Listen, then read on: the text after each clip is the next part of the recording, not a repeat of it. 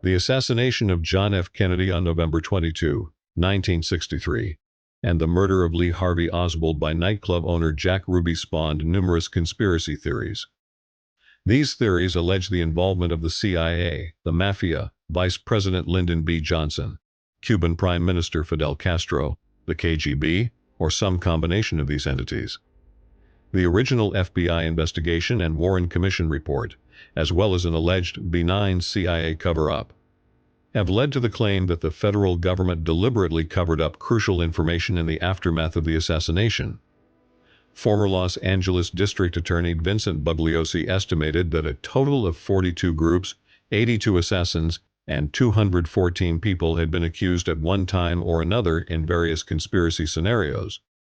In 1964, the Warren Commission concluded that Oswald acted alone in assassinating Kennedy. In 1979, the United States House Select Committee on Assassinations HSCA concluded that Kennedy was probably assassinated in a conspiracy and that Oswald did not act alone. The HSCA concluded a second gunman also fired at Kennedy, based on acoustic evidence that was later discredited. President John F. Kennedy was assassinated by gunfire while traveling in a motorcade in an open-top limousine in Dallas, Texas on Friday, November 22, 1963. Lee Harvey Oswald was arrested for the murder of Dallas policeman J.D. Tippit and arraigned for both murders. On Sunday, November 24, nightclub owner Jack Ruby killed Oswald. Immediately after President Kennedy was shot, many people suspected that the assassination was part of a larger plot, and broadcasters speculated that Dallas right-wingers were involved. Ruby's murder of Oswald compounded initial suspicions. Among conspiracy theorists, author Mark Lane has been described as firing the first literary shot with his article, Defense Brief for Oswald, in the National Guardian's December 19, 1963 issue.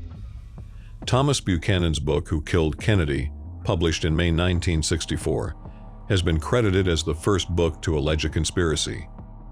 In 1964, the Warren Commission concluded that Oswald had acted alone and that no credible evidence supported the contention that he was involved in a conspiracy to assassinate the president. The commission also indicated that Secretary of State Dean Rusk, Defense Secretary Robert S. McNamara, Treasury Secretary C. Douglas Dillon, Attorney General Robert F. Kennedy, FBI Director J. Edgar Hoover, CIA Director John McCone, and Secret Service Chief James J. Rowley each individually reached the same conclusion on the basis of information available to them. During the trial of Clay Shaw in 1969, New Orleans District Attorney Jim Garrison challenged the single bullet theory, claiming that the Zapruder film indicated that the fatal shot to Kennedy's head was fired from the grassy knoll, a small hill that featured prominently in later conspiracy theories.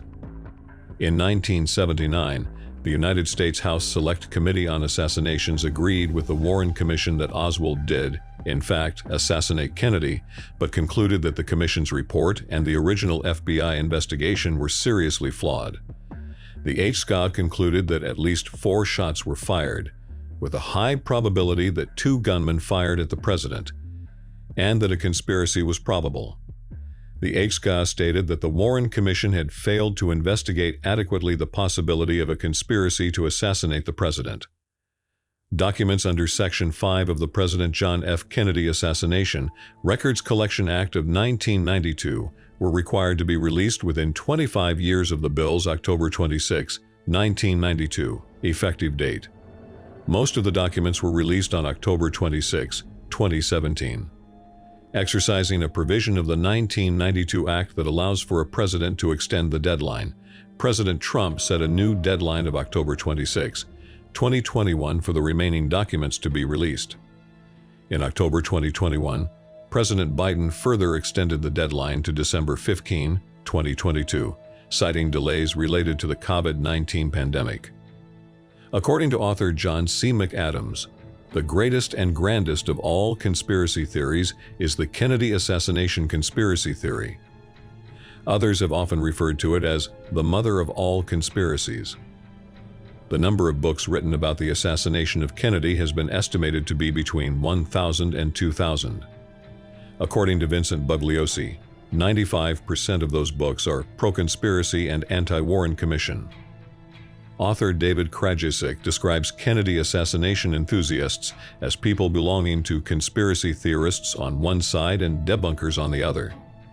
The great amount of controversy surrounding the event has resulted in bitter disputes between those who support the conclusion of the Warren Commission and those who reject it or are critical of the official explanation, with each side leveling accusations toward the other of naivete, cynicism, and selective interpretation of the evidence. Public opinion polls have consistently shown that most Americans believe there was a conspiracy to kill President Kennedy. These same polls also show no agreement on who else may have been involved in the shooting.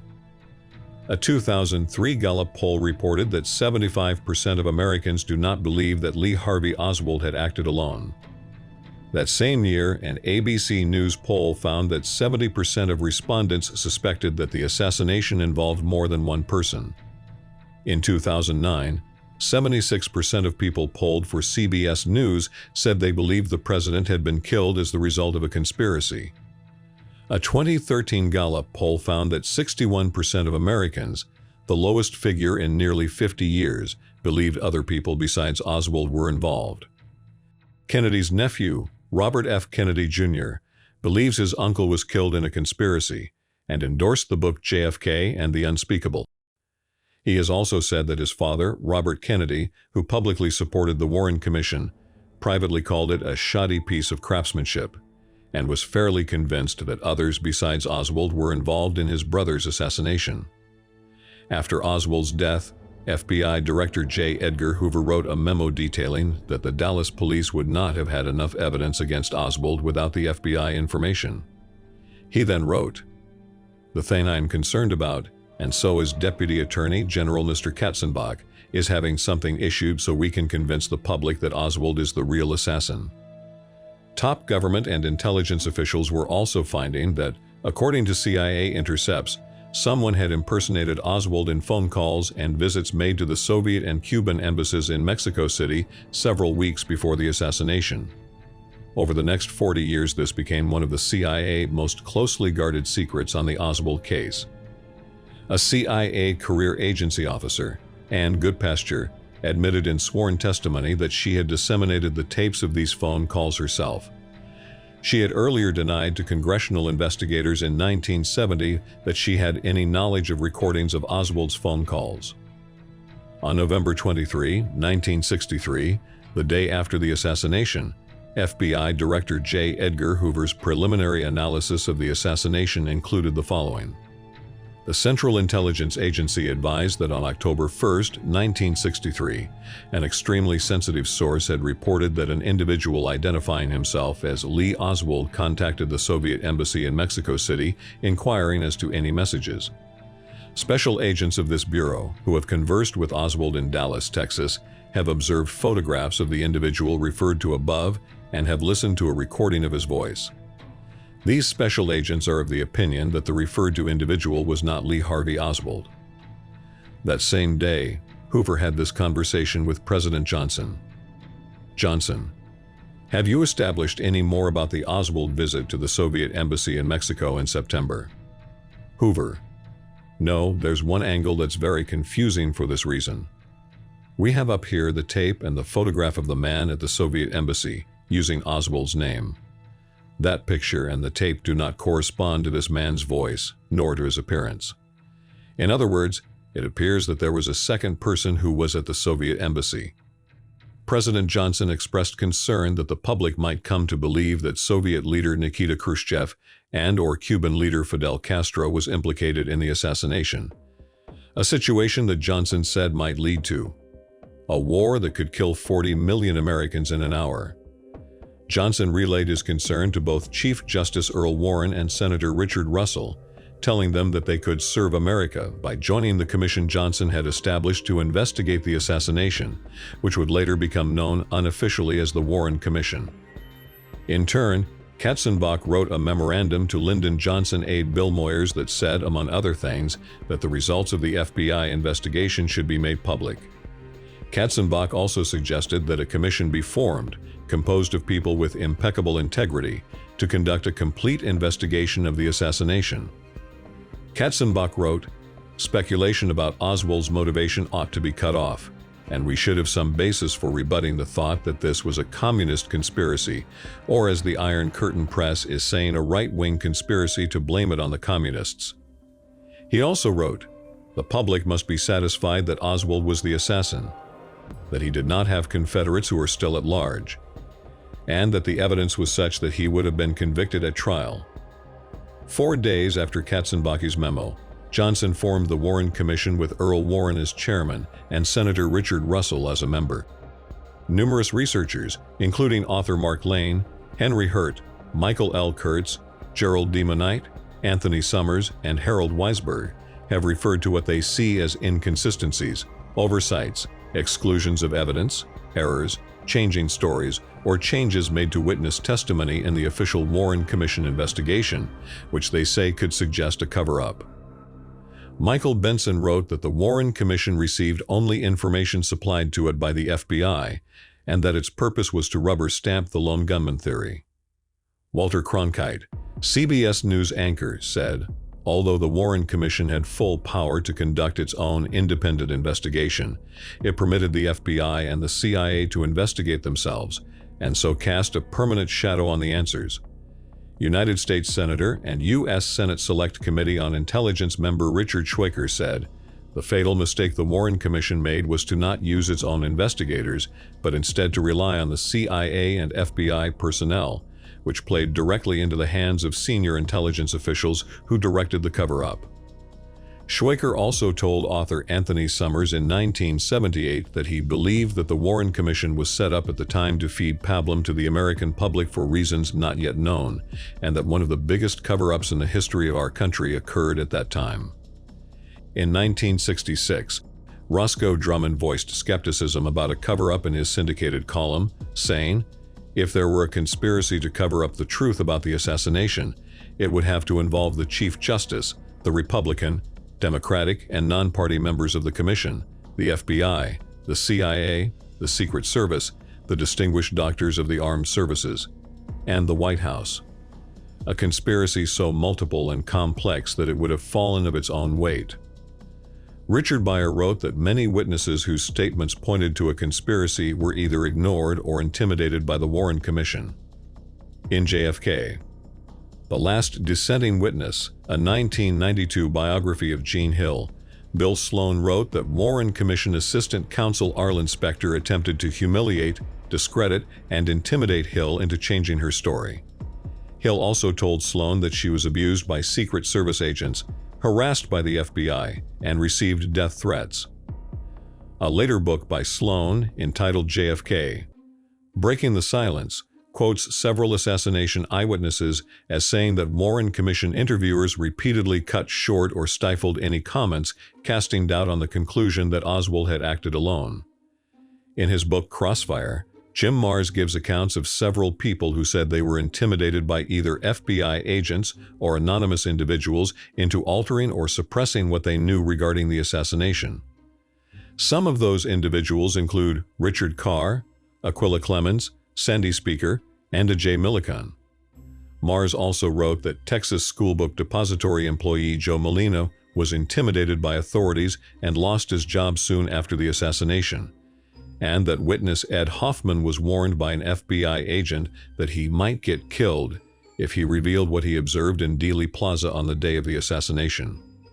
Warren Reynolds, who claimed that he saw the shooter of police officer J.D. Tippit and chased him, was shot in the head in January 1964, 2 days after first talking to the FBI. He survived. Reynolds later testified to the Warren Commission that in February 1964, someone attempted to kidnap his 10-year-old daughter.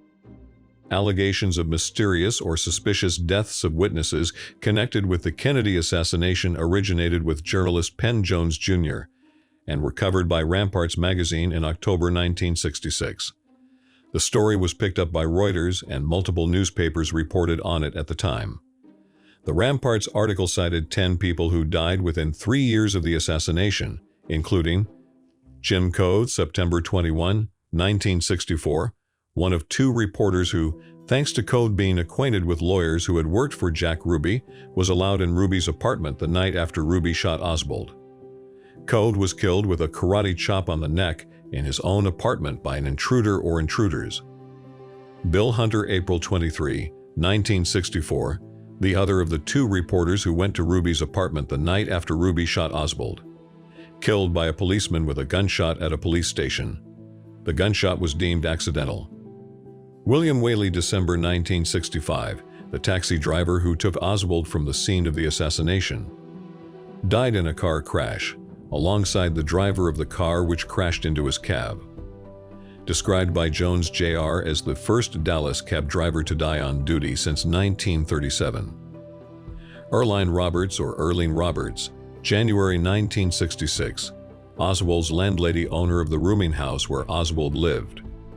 Died of a heart attack, age 60, no autopsy performed.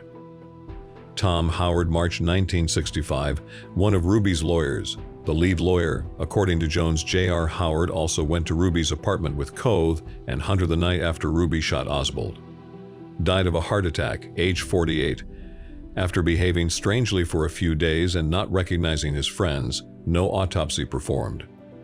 Lee Bowers, August 1966, a witness who was in a railway interlocking tower that overlooked Dealey Plaza at the time of the assassination. Died after his car crashed into a bridge abutment. Hank Killen, March 1964, whose wife was a cigarette girl or a dancer at Ruby's club. Killen later moved to Florida and died there. He received a phone call at 4 a.m., after which he went to a building in downtown Pensacola and jumped or fell out of a first-floor window and bled to death from cuts to his throat amid pieces of broken glass. Edward Benavides, February 1965, brother of Domingo Benavides, a key witness in the J.D. Tippit shooting. Domingo Benavides saw the shooter and entered Tippit's car to radio for help. Died of a gunshot to the head in a bar. No one else was killed in the bar shooting. Jones Jr. implied it was a case of mistaken identity and that Domingo Benavides was the intended victim. Nancy Jane Mooney, aka Betty McDonald, February 1964, a stripper at Jack Ruby's club. Mooney was arrested for fighting with her roommate and reportedly hanged herself in her Dallas jail cell. Mooney had provided an alibi to the suspected shooter of Warren Reynolds after Reynolds, who said he saw the killer of J.D. Tippit and reported this to the FBI, was shot in the head in January 1964. The 10th death listed was that of Dorothy Kilgallen. The Ramparts article also referenced witnesses who said that Ruby and Oswald knew each other and that Ruby had gangland connections. In 1973, similar claims about suspicious deaths of witnesses were brought to national attention by the theatrically released movie Executive Action. In 1989, Jim Marrs published a list of 103 people he believed had died convenient deaths under suspicious circumstances. He noted that the deaths were grouped around investigations conducted by the Warren Commission, New Orleans D. Jim Garrison, the Senate Intelligence Committee, and the House Select Committee on Assassinations. Marrs pointed out that these deaths certainly would have been convenient for anyone not wishing the truth of the JFK assassination to become public. In 2013, Richard Belzer published Hit List, an in-depth investigation into the mysterious deaths of witnesses to the JFK assassination that examines the deaths of 50 people linked to the assassination and claims most of them were murdered as part of a cover-up. Vincent Bugliosi devoted 2 pages of his book Reclaiming History, The Assassination of President John F. Kennedy, to journalist Dorothy Kilgallen. Kilgallen was publicly skeptical of the official version of the assassination of President Kennedy and Jack Ruby's shooting of Lee Oswald. During 1964 and 1965, she wrote several newspaper articles on the subject and many relevant short items in her daily column. On February 23, 1964, the New York City newspaper New York Journal-American, where Kilgallen had worked since its formation in 1937, published her article about a conversation she had had with Jack Ruby when he was seated at his defense table during a recess in his murder trial. Whether Kilgallen and Ruby had a second conversation in a private room in the Dallas County, Texas courthouse several days later has been disputed. If they did, she never wrote about it for publication. One of Kilgallen's biographers, Mark Shaw, contends that even if Ruby did not reveal sensitive information to Kilgallen about the assassination, she still could have learned sensitive information during a trip she made to New Orleans several weeks before she died. Kilgallen's last brief item about the Kennedy assassination, published on September 3, 1965, ended with these words: "That story isn't going to die as long as there's a real reporter alive, and there are a lot of them alive." 2 months later, on November 8, 1965, Kilgallen was found dead in her Manhattan townhouse. Her death was determined to have been caused by a combination of alcohol and barbiturates. Bugliosi referred to Kilgallen's 1965 death as perhaps the most prominent mysterious death cited by assassination researchers. He added that the presence of Kilgallen's husband and son in their 5-story townhouse throughout the night when she died proves she could not have been murdered. Bugliosi said an intruder would have awakened her husband or her 11-year-old son, and then the husband would have called the police. According to author Jerome Croth, mafia figures San Giancana, John Rosalie, Carlos Prio, Jimmy Hoffa, Charles Nicolti, Leo Mosri, Richard Kane, Salvador Granello, and Dave Uras were likely murdered to prevent them from revealing their knowledge. According to author Matthew Smith, others with some tie to the case who have died suspicious deaths include Lee Bowers, Gary Underhill, William Sullivan, David Ferry, Clay Shaw, George de Mohrenschildt, 4 showgirls who worked for Jack Ruby and Ruby himself. The House Select Committee on Assassinations investigated another alleged mysterious death, that of Rose Cherami, sometimes spelled Cherami, whose real name was Melba Christine Mercades. The committee reported that Louisiana State Police Lieutenant Francis Fruge traveled to Eunice, Louisiana on November 20, 1963, 2 days before the assassination, to pick up Cherami, who had sustained minor injuries when she was hit by a car. Fruge drove Cherami to the hospital and said that on the way there, she related to him that she was coming from Florida to Dallas with 2 men who were Italians or resembled Italians. Fruge asked her what she planned to do in Dallas, to which she replied, "Number 1, pick up some money, pick up my baby and kill Kennedy." Cherami was admitted and treated at the state hospital in Jackson, Louisiana for alcoholism and heroin addiction. After the assassination, Lieutenant Fruge contacted Dallas Police Captain Will Fritz regarding what he had learned from Cherami, but Fritz told him he wasn't interested. In the 1970s, a state hospital physician, Dr. Victor Weiss, told a House Select Committee on Assassinations investigator that on November 25, 3 days after the assassination, one of his fellow physicians told him that Cherami had stated before the assassination that President Kennedy was going to be killed. Dr. Weiss further reported that Cherami told him after the assassination that she had worked for Jack Ruby and that her knowledge of the assassination originated from word in the underworld. Cherami was found dead close to a highway near Big Sandy, Texas on September 4, 1965. She had been run over by a car. Another suspicious death cited by Jim Mars was that of Joseph Multier, director of the Dixie Clan of Georgia. Multier was secretly tape-recorded 13 days before the assassination, telling Miami police informant William Somerset that the murder of Kennedy was in the working. Multier died in 1974 when a heater exploded in his house. The House Select Committee on Assassinations reported in 1979 that Multier's information on the threat to the president was furnished to the agents making the advance arrangements before the visit of the president to Miami, but that the Multier threat was ignored by Secret Service personnel in planning the trip to Dallas. Robert Bach, special agent in charge of the Secret Service's Protective Research Section, testified that threat information was transmitted from one region of the country to another if there was specific evidence that was relevant to the receiving region. Concerning the Tippit shooting, the Warren Commission names 12 witnesses to the shooting and its aftermath. One of these witnesses, Warren Reynolds, was shot in the head 2 months after the Tippit shooting, but survived. Another witness, Domingo Benavides, who was close to the shooting and saw Tippit fall after being shot, lost his brother 15 months after the Tippit shooting. Benavides' brother was shot in the head in a bar and died. The House Select Committee on Assassinations investigated the allegation that a statistically improbable number of individuals with some direct or peripheral association with the Kennedy assassination died as a result of that assassination, thereby raising the specter of conspiracy.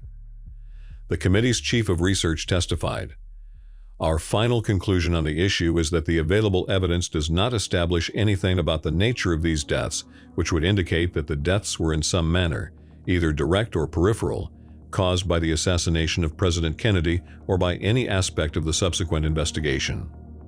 Author Gerald Posner said that Mars's list was taken from the group of about 10,000 people connected even in the most tenuous way to the assassination, including people identified in the official investigations, as well as the research of conspiracy theorists. Posner also said that it would be surprising if 100 people out of 10,000 did not die in unnatural ways. He noted that over half of the people on Mars's list did not die mysteriously, but of natural causes, such as Secret Service agent Roy Kellerman, who died of heart failure at age 69 in 1984, long after the Kennedy assassination, but is on Mars's list as someone whose cause of death is unknown. Posner also pointed out that many prominent witnesses and conspiracy researchers continue to live long lives. Many of those who believe in a JFK assassination conspiracy also believe that evidence against Oswald was either planted, forged, or tampered with. Some researchers assert that witness statements indicating a conspiracy were ignored by the Warren Commission. Josiah Thompson stated that the commission ignored the testimony of 7 eyewitnesses who said they saw smoke in the vicinity of the grassy knoll at the time of the assassination, as well as an 8th witness who said he smelled gunpowder. Jim Marrs wrote that the commission did not seek the testimony of eyewitnesses on the triple underpass whose statements pointed to a shooter on the grassy knoll. Other researchers reported that witnesses who captured the assassination via photographs or film had their cameras confiscated by police or other authorities. Author Jim Marrs and documentary producer Nigel Turner both presented the account of Gordon Arnold, who said that his film of the motorcade was taken by 2 policemen shortly after the assassination. Another witness, identified as Beverly Oliver, came forward in 1970 and said she was the babushka lady who was seen in the Zapruder film filming the motorcade. She also said that after the assassination, she was contacted at work by 2 men who she thought were either FBI or Secret Service agents. According to Oliver, the men told her that they wanted to take her film, have it developed, and then return it to her within 10 days. The agents took her film, but never returned it. Richard Beyer and others have complained that many documents pertaining to the assassination have been withheld over the years, including documents from investigations made by the Warren Commission, the House Select Committee on Assassinations, and the Church Committee. These documents individually included the president's autopsy records. Some documents still are not scheduled for release until 2029. Many documents were released during the mid to late 1990s by the Assassination Records Review Board under the President John F. Kennedy Assassination Records Collection Act of 1992. However, some of the material released contains redacted sections. Tax return information, which identified employers and sources of income, has not yet been released. The existence of several secret documents related to the assassination, as well as the long period of secrecy, suggests to some the possibility of a cover-up. One historian noted, "There exists widespread suspicion about the government's disposition of the Kennedy assassination records stemming from the beliefs that federal officials, 1, have not made available all government assassination records even to the Warren Commission, Church Committee, House Assassination Committee, and 2, have heavily redacted the records released under FOIA in order to cover up sinister conspiracies." According to the ARRB, all Warren Commission records, except those records that contain tax return information, are now available to the public with only minor redactions, in response to a Freedom of Information Act request filed by journalist Jefferson Morley. The CIA stated in 2010 that it had over 1,100 documents in relation to the assassination, about 2,000 pages in total, that have not been released due to national security-related concerns. Some researchers have alleged that various items of physical evidence have been tampered with, including the single bullet, also known as the magic bullet by some critics of official explanations, various bullet cartridges and fragments, the presidential limousine's windshield, the paper bag in which the Warren Commission said Oswald hid the rifle, the so-called backyard photos depicting Oswald holding the rifle, the Zapruder film, the photographs and radiographs obtained at Kennedy's autopsy, and the president's dead body itself. Among the evidence against Oswald are photographs of him holding a Carcano rifle in his backyard, the weapon identified by the Warren Commission as the assassination weapon. The House Select Committee on Assassinations concluded that the Oswald photos are genuine, and Oswald's wife Marina said that she took them. In 2009, the journal Perception published the findings of Haney Farid, a professor in the Department of Computer Science at Dartmouth College who used 3D modeling software to analyze one of the photographs. He demonstrated that a single light source could create seemingly incongruent shadows and concluded that the photograph revealed no evidence of tampering. Many researchers, including Robert Groden, assert that these photos are fake.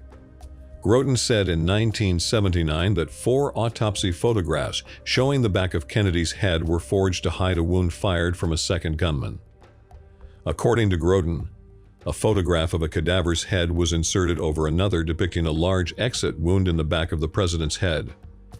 HSCA Chief Counsel G. Robert Blakey stated that the suggestion that the committee would participate in a cover-up is absurd, and that Groden was not competent to make a judgment on whether a photograph has been altered.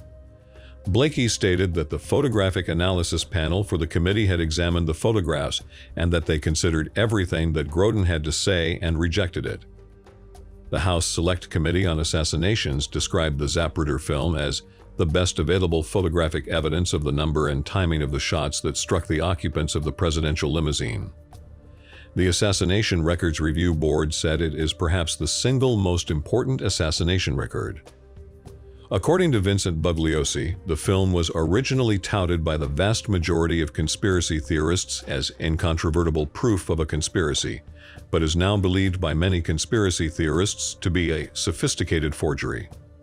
Jack White, photographic consultant to the House Select Committee on Assassinations, claimed there were anomalies in the Zapruder film, including an unnatural jerkiness of movement or change of focus in certain frame sequences. In 1996, the Assassination Records Review Board asked Kodak product engineer Roland Zavada to undertake a thorough technical study of the Zapruder film. Zavada concluded that there was no detectable evidence of manipulation or image alteration on the film's original version. Former senior official at the CIA National Photographic Interpretation Center, Dino Brugini, said that he and his team examined the 8mm Zapruder film of the John F. Kennedy assassination the evening of Saturday, 23 November 1963, and into the morning of Sunday, 24 November 1963. In a 2011 interview with Douglas Horn of the Assassination Record Review Board, Brugini said the Zapruder film in the National Archives today, and available to the public, has been altered from the version of the film he saw and worked with on November 23 to 24. Brugini recalls seeing a white cloud of brain matter 3 or 4 feet above Kennedy's head, and says that this spray lasted for more than 1 frame of the film. The version of the Zapruder film available to the public depicts the fatal head shot on only 1 frame of the film, frame 313. Additionally, Brugini is certain that the set of briefing boards available to the public in the National Archives is not the set that he and his team produced on November 23 to 24, 1963. In his 1981 book Best Evidence, author David Lifton presented the thesis that President Kennedy's dead body had been altered between the Dallas hospital and the autopsy site at Bethesda for the purposes of creating erroneous conclusions about the number and direction of the shots. The Warren Commission found that the shots that killed Kennedy and wounded Canali were fired from an Italian 6.5mm Mannlicher Carcano rifle owned by Oswald. Deputy Sheriff Eugene Boone and Deputy Constable Seymour Weitzman both initially identified the rifle found in the Texas Schoolbook Depository as a 7.65 German Mauser. Weitzman signed an affidavit the following day describing the weapon as a 7.65 Mauser bolt action equipped with a 4/18 scope, a thick leather brownish-black sling on it. Deputy Sheriff Roger Craig claimed that he saw 7.65 Mauser stamped on the barrel of the weapon. When interviewed in 1968 by researcher Barry Ernest, Craig said, I felt then, and I still feel now, that the weapon was a 7.65 German Mauser. I was there. I saw it when it was first pulled from its hiding place, and I am not alone in describing it as a Mauser. Dallas District Attorney Henry Wade told the press that the weapon found in the book depository was a 7.65 Mauser, and the media reported this. But investigators later identified the rifle as a 6.5 mm Carcano. In Matrix for Assassination, author Richard Gilbride suggested that both weapons were involved in the assassination and that Dallas Police Captain Will Fritz and Lieutenant J. Carl Day both might have been conspirators. Addressing speculation and rumors, the Warren Commission identified Weitzman as the original source of the speculation that the rifle was a Mauser and stated that police laboratory technicians subsequently arrived and correctly identified the murder weapon as a 6.5 Italian rifle. The Warren Commission determined that 3 bullets were fired at the presidential motorcade. One of the 3 bullets missed the vehicle entirely. Another bullet hit President Kennedy and passed through his body before striking Governor Canale, and the 3rd bullet was the fatal head shot to the president. Some claim that the bullet that passed through President Kennedy's body and hit Governor Canale, dubbed by critics of the commission as the magic bullet, was missing too little mass to account for the total weight of bullet fragments later found by the doctors who operated on Canale at Parkland Hospital. Those making this claim included the governor's chief surgeon, Dr. Robert Shaw, as well as 2 of Kennedy's autopsy surgeons, Commander James Hummes and Lieutenant Colonel Pierre Fink. However, in his book 6 Seconds in Dallas, author Josiah Thompson took issue with this claim. Thompson added up the weight of the bullet fragments listed in the doctor reports and concluded that their total weight could have been less than the mass missing from the bullet. With Canale's death in 1993, forensic pathologist Dr. Cyril Wecht and the Assassination Archives and Research Center petitioned Attorney General Janet Reno to recover the remaining bullet fragments from Canale's body, contending that the fragments would disprove the Warren Commission's single bullet, single gunman conclusion. The Justice Department replied that it would have had no legal authority to recover the fragments unless Canale's family gave it permission to do so. Canale's family refused permission. The Warren Commission concluded that 3 shots were fired from the Texas Schoolbook Depository in a time period ranging from approximately 4.8 to an excess of 7 seconds. Some assassination researchers, including Josiah Thompson and Anthony Summers, dispute the Commission's findings. They point to evidence that brings into question the number of shots fired, the origin of the shots, and Oswald's ability to accurately fire 3 shots in such a short amount of time from such a rifle. These researchers suggest that multiple gunmen were involved. Based on the consensus among the witnesses at the scene, and in particular the 3 spent cartridges found near an open window on the 6th floor of the book depository, the Warren Commission determined that the preponderance of the evidence indicated that 3 shots were fired. In 1979, the House Select Committee on Assassinations concluded that there were 4 shots, one coming from the grassy knoll. The Warren Commission, and later the House Select Committee on Assassinations, concluded that one of the shots hit President Kennedy in the back of his neck, exited his throat, and struck Governor Canale in the back, exited the governor's chest, shattered his right wrist, and implanted itself in his left thigh. This conclusion became known as the single bullet theory. Mary Mormon said in a TV interview immediately after the assassination that there were either 3 or 4 shots close together, that shots were still being fired after the fatal shot, and that she was in the line of fire.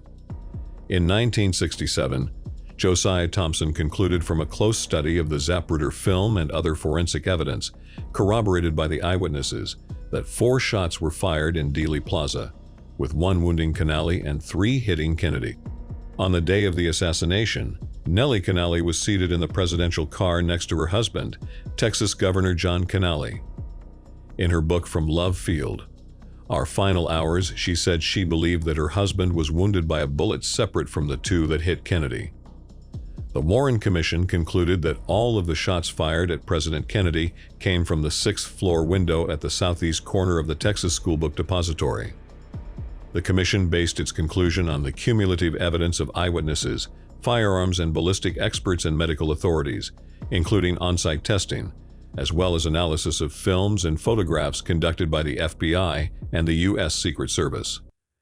In 1979, the House Select Committee on Assassinations agreed to publish a report from Warren Commission critic Robert Groden, in which he named nearly 24 suspected firing points in Dealey Plaza.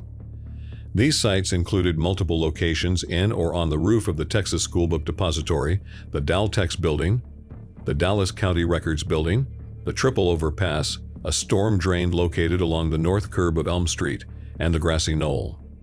Josiah Thompson concluded that the shots fired at the motorcade came from 3 locations: the Texas Schoolbook Depository, the grassy knoll, and the Daltex Building.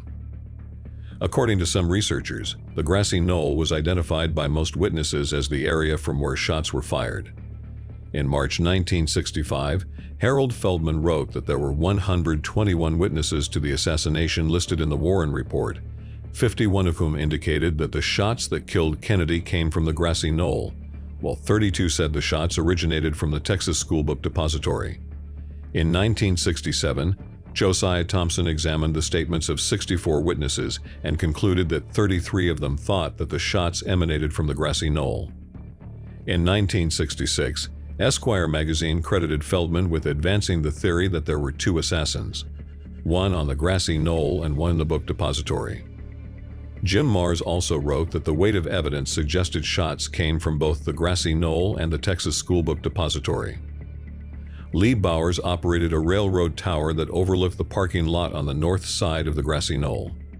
When interviewed by the Warren Commission in 1964, he reported that he saw 2 men behind the grassy knoll's stockyard fence before the shooting took place. The men did not appear to be acting together or doing anything suspicious. After the shooting, Bowers said that one of the men remained behind the fence and lost track of the second man whose clothing blended into the foliage. When interviewed by Mark Lane and Emile D'Antonio in 1966 for their documentary Film Rush to Judgment, Bowers noted that he saw something that attracted his attention, either a flash of light or smoke from the knoll, allowing him to believe something out of the ordinary had occurred there. Bowers told Lane that he heard 3 shots, the last 2 in quick succession. Jesse Price was the building engineer for the Terminal Annex building, which is located across from the Texas Schoolbook Depository on the opposite side of Dealey Plaza. He viewed the presidential motorcade from the Terminal Annex building's roof. In an interview with Mark Lane, Price said that he believed the shots came from just behind the picket fence where it joins the triple underpass. Several conspiracy theories posit that at least one shooter was located in the Daltex building, located across the street from the Texas Schoolbook Depository. According to L. Fletcher Prouty, the physical location of James Tague when he was injured by a bullet fragment is not consistent with the trajectory of a missed shot from the Texas Schoolbook Depository, leading Prouty to theorize that Tague was instead wounded by a missed shot from the second floor of the Daltex building. Some researchers claim that FBI photographs of the presidential limousine show a bullet hole in its windshield above the rear view mirror and a crack in the windshield itself. When Robert Groden, author of The Killing of a President, asked for an explanation, the FBI responded that what Groden thought was a bullet hole occurred prior to Dallas. In 1993, George Whittaker, a manager at the Ford Motor Company's Rouge plant in Detroit, told attorney and criminal justice Professor Doug Weldon that after reporting to work on November 25, 1963, he discovered the presidential limousine in the Rouge plant's B building with its windshield removed. Whittaker said that the limousine's removed windshield had a through-and-through bullet hole from the front. He said that he was directed by one of Ford's vice presidents to use the windshield as a template to fabricate a new windshield for installation in the limousine. Whittaker also said he was told to destroy the old one. Film and photographic evidence of the assassination have led viewers to different conclusions regarding the origin of the shots. When the fatal shot struck, the president's head and upper torso moved rapidly backwards, indicating to many observers a shot from the right front. Sherry Gutierrez, a certified crime scene and bloodstain pattern analyst, concluded that the head injury to President Kennedy was the result of a single gunshot fired from the right front of the president. Paul Chambers believes that the fatal head shot is consistent with a high-velocity, approximately 1,200 meters per second rifle, rather than the medium-velocity 600 meters per second. Although it has been thought that Zapruder film frames 312 and 313 show Kennedy's head moving forward before moving backwards, close inspection of the frames show the head actually pivoted downwards. Anthony Marsh suggests that it was the deceleration of the car by driver William Greer that caused Kennedy's head to move in this manner, just as he was hit from the front, while others, including Josiah Thompson, Robert Groden, and Cyril Wecht, suggest his head was hit by two near-simultaneous bullets, one from the rear and the other from the right front. In 1975, the Rockefeller Commission appointed a panel of experts to review the movement of Kennedy's head and body following the fatal head shot. The panel concluded that the violent backward and leftward motion of the president's upper body following the head shot was not caused by the impact of a bullet coming from the front or right front, but was caused by a violent straightening and stiffening of the entire body as a result of a seizure-like neuromuscular reaction to major damage inflicted to nerve centers in the brain. In 1979, the House Select Committee on Assassinations analyzed a dictable recording of the Dallas Police Department radio dispatch transmissions from the day of the assassination to resolve questions concerning the number, timing, and origin of the shots fired in Dealey Plaza. The committee concluded that the source of the recording was from an open microphone on the motorcycle of Dallas police officer H.B. McLean escorting the motorcade, and that the scientific acoustical evidence established a high probability that two gunmen fired at President John F. Kennedy. However, the acoustical analysis that the HSCA presented as evidence for two gunmen has since been discredited.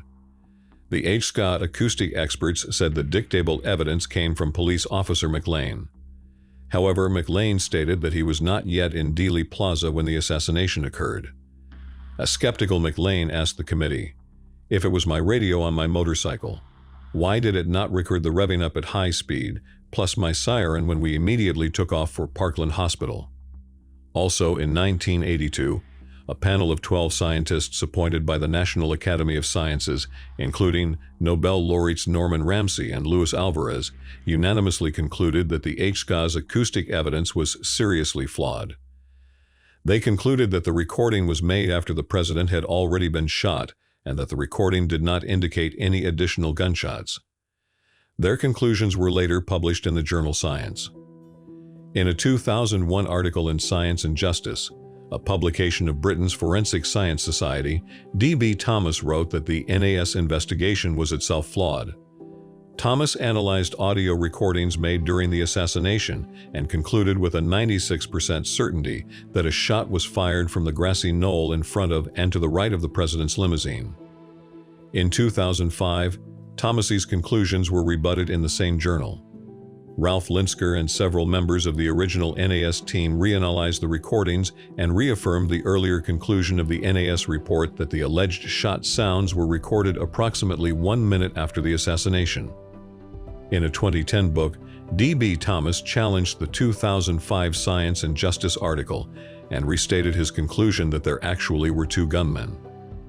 Some researchers have pointed to the large number of doctors and nurses at Parkland Memorial Hospital who reported that a major part of the back of the president's head was blown out.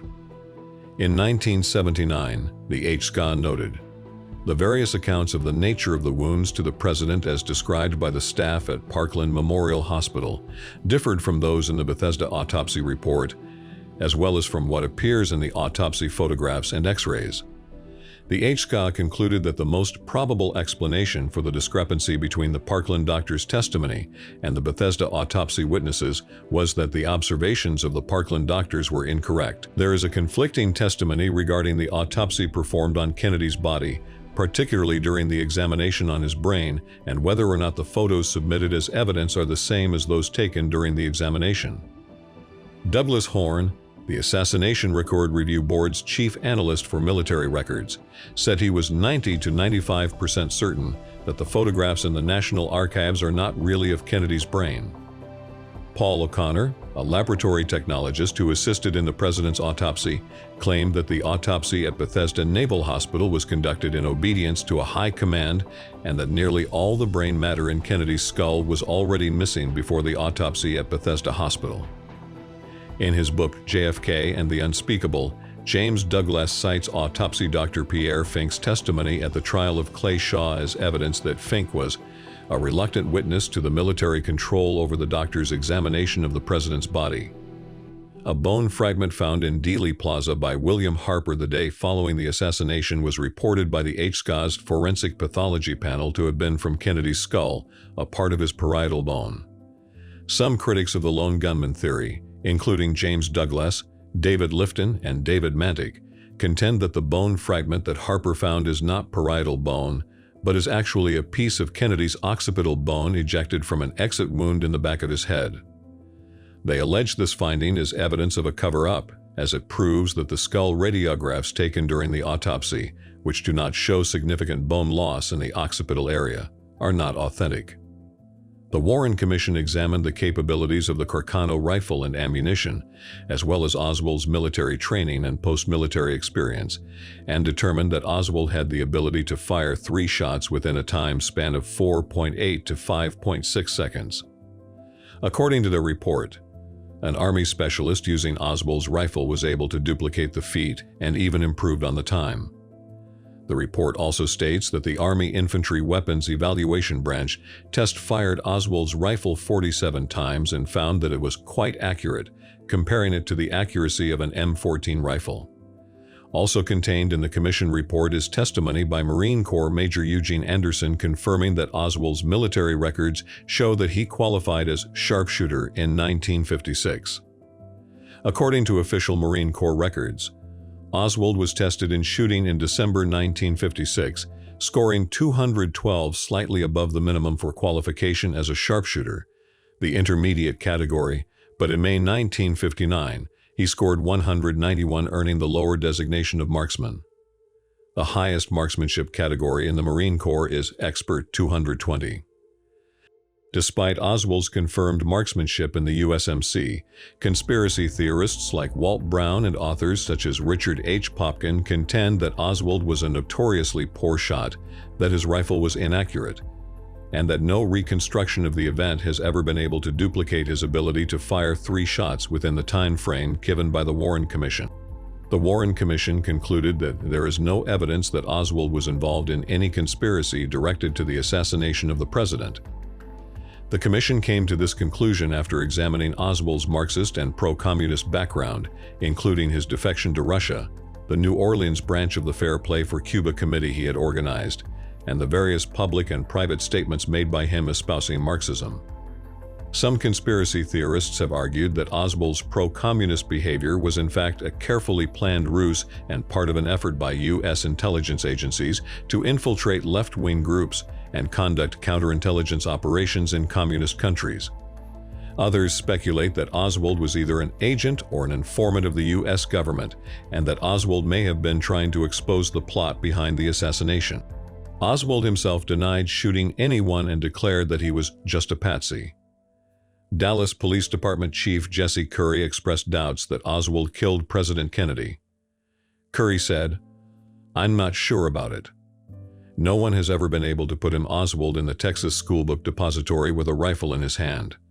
When asked to account for himself at the time of the assassination, Oswald claimed that he went outside to watch P Parade, referring to the presidential motorcade, and was out with William Shelley, a foreman at the depository in front, and that he was at the front entrance to the first floor when he encountered a policeman.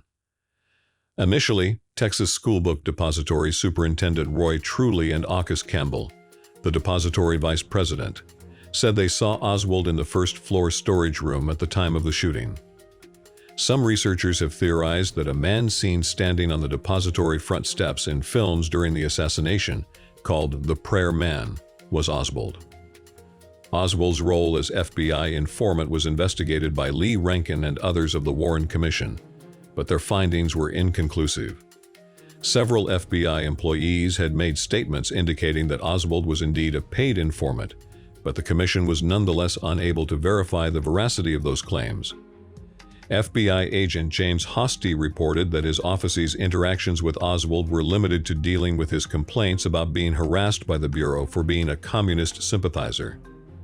In the weeks before the assassination, Oswald made a personal visit to the FBI Dallas branch office with a hand-delivered letter which purportedly contained a threat of some sort, but controversially, Hosty destroyed the letter by order of J. Gordon Shanklin, his supervisor. Some researchers suggest that Oswald served as an active agent of the Central Intelligence Agency, often pointing to how he attempted to defect to Russia, but was, however, able to return without difficulty, even receiving a repatriation loan from the State Department as evidence of such. A former roommate of Oswald, James Boatlow, who would later become a California judge, stated in an interview with Mark Lane that he believed Oswald was involved in an intelligence assignment in Russia, although Boatlow did not mention this suspicion in his testimony to the Warren Commission years earlier. Oswald's mother, Marguerite, often insisted that her son was recruited by an agency of the U.S. government and sent to Russia. New Orleans District Attorney and later Judge Jim Garrison, who in 1967 brought Clay Shaw to trial for the assassination of President Kennedy, also held the opinion that Oswald was most likely a CIA agent drawn into the plot to be used as a scapegoat, even going as far as to say that Oswald genuinely was probably a hero. Senator Richard Schweiker, a member of the U.S. Senate Select Committee on Intelligence, remarked that everywhere you look with Oswald, there are fingerprints of intelligence. Schweiker also told author David Talbot that Oswald was the product of a fake defector program run by the CIA. Richard Sprague, interim staff director and chief counsel to the U.S. House Select Committee on Assassinations, stated that if he had to do it over again, he would have investigated the Kennedy assassination by probing Oswald's ties to the Central Intelligence Agency.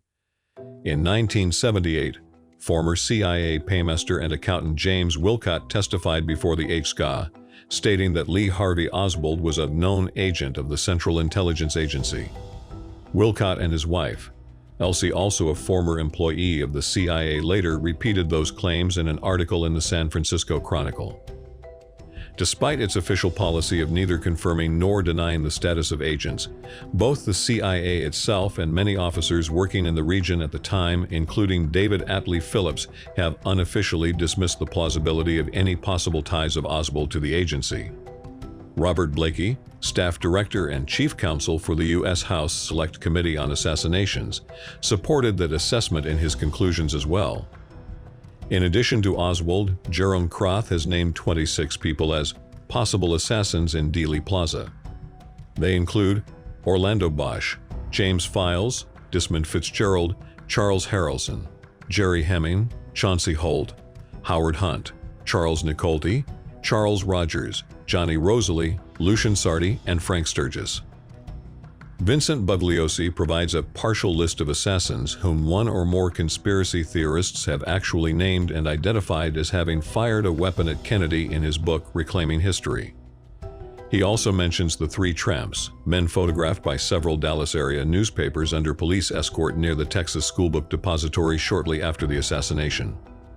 Since the mid-1960s, various allegations have been made about the identities of the men and their involvement in a conspiracy to kill Kennedy. Records released by the Dallas Police Department in 1989 identified the men as Gus Abrams, Harold Doyle, and John Jedney.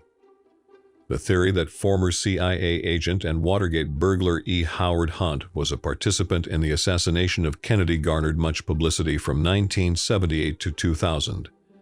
In 1981, Hunt won a libel judgment against Liberty Lobby's paper The Spotlight, which in 1978 printed an allegation by Victor Marchetti stating that Hunt was in Dallas on the day of the assassination and suggesting Hunt's involvement in a conspiracy. The libel award was thrown out on appeal, and the newspaper was successfully defended by Mark Lane in a second trial. After Hunt's death in 2007, an audio-taped deathbed confession in which Hunt claimed first-hand knowledge of a conspiracy as a co-conspirator was released by his son St. John Hunt. In the confession, Hunt claimed to have been a bench warmer in Dallas during the events, and he named several high-level CIA operatives as those who likely carried out the logistics of the assassination. Hunt named Vice President Lyndon Johnson as the most likely figure behind the main impetus of the conspiracy. The authenticity of the confession was met with some skepticism. Dallas police officer J.D. Tippit has been named in some conspiracy theories as a renegade CIA operative sent to silence Oswald, and as the badge man assassin on the grassy knoll. According to some Warren Commission critics, Oswald was set up to be killed by Tippit, and Tippit was killed by Oswald in self-defense. Other critics doubt that Tippit was killed by Oswald and assert he was shot by other conspirators. Some critics have alleged that Tippit was associated with organized crime or right-wing politics. According to the Warren Commission, the publication of a full-page, paid advertisement critical of Kennedy in the November 22, 1963, Dallas Morning News, which was signed by the American Fact-Finding Committee and noted Bernard Weissman as its chairman, was investigated to determine whether any members of the group claiming responsibility for it were connected to Oswald or to the assassination.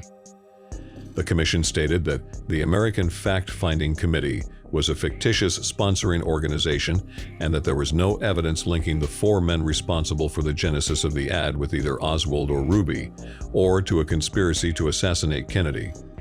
Related to the advertisement, Mark Lane testified during the Warren Commission's hearings that an informant whom he refused to name told him that Wiseman had met with Tippit and Ruby 8 days before the assassination at Ruby's Carousel Club.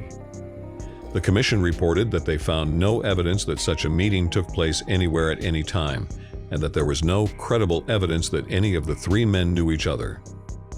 Lane later stated that he initially learned of the meeting through reporter Thayer Waldo of the Fort Worth Star-Telegram.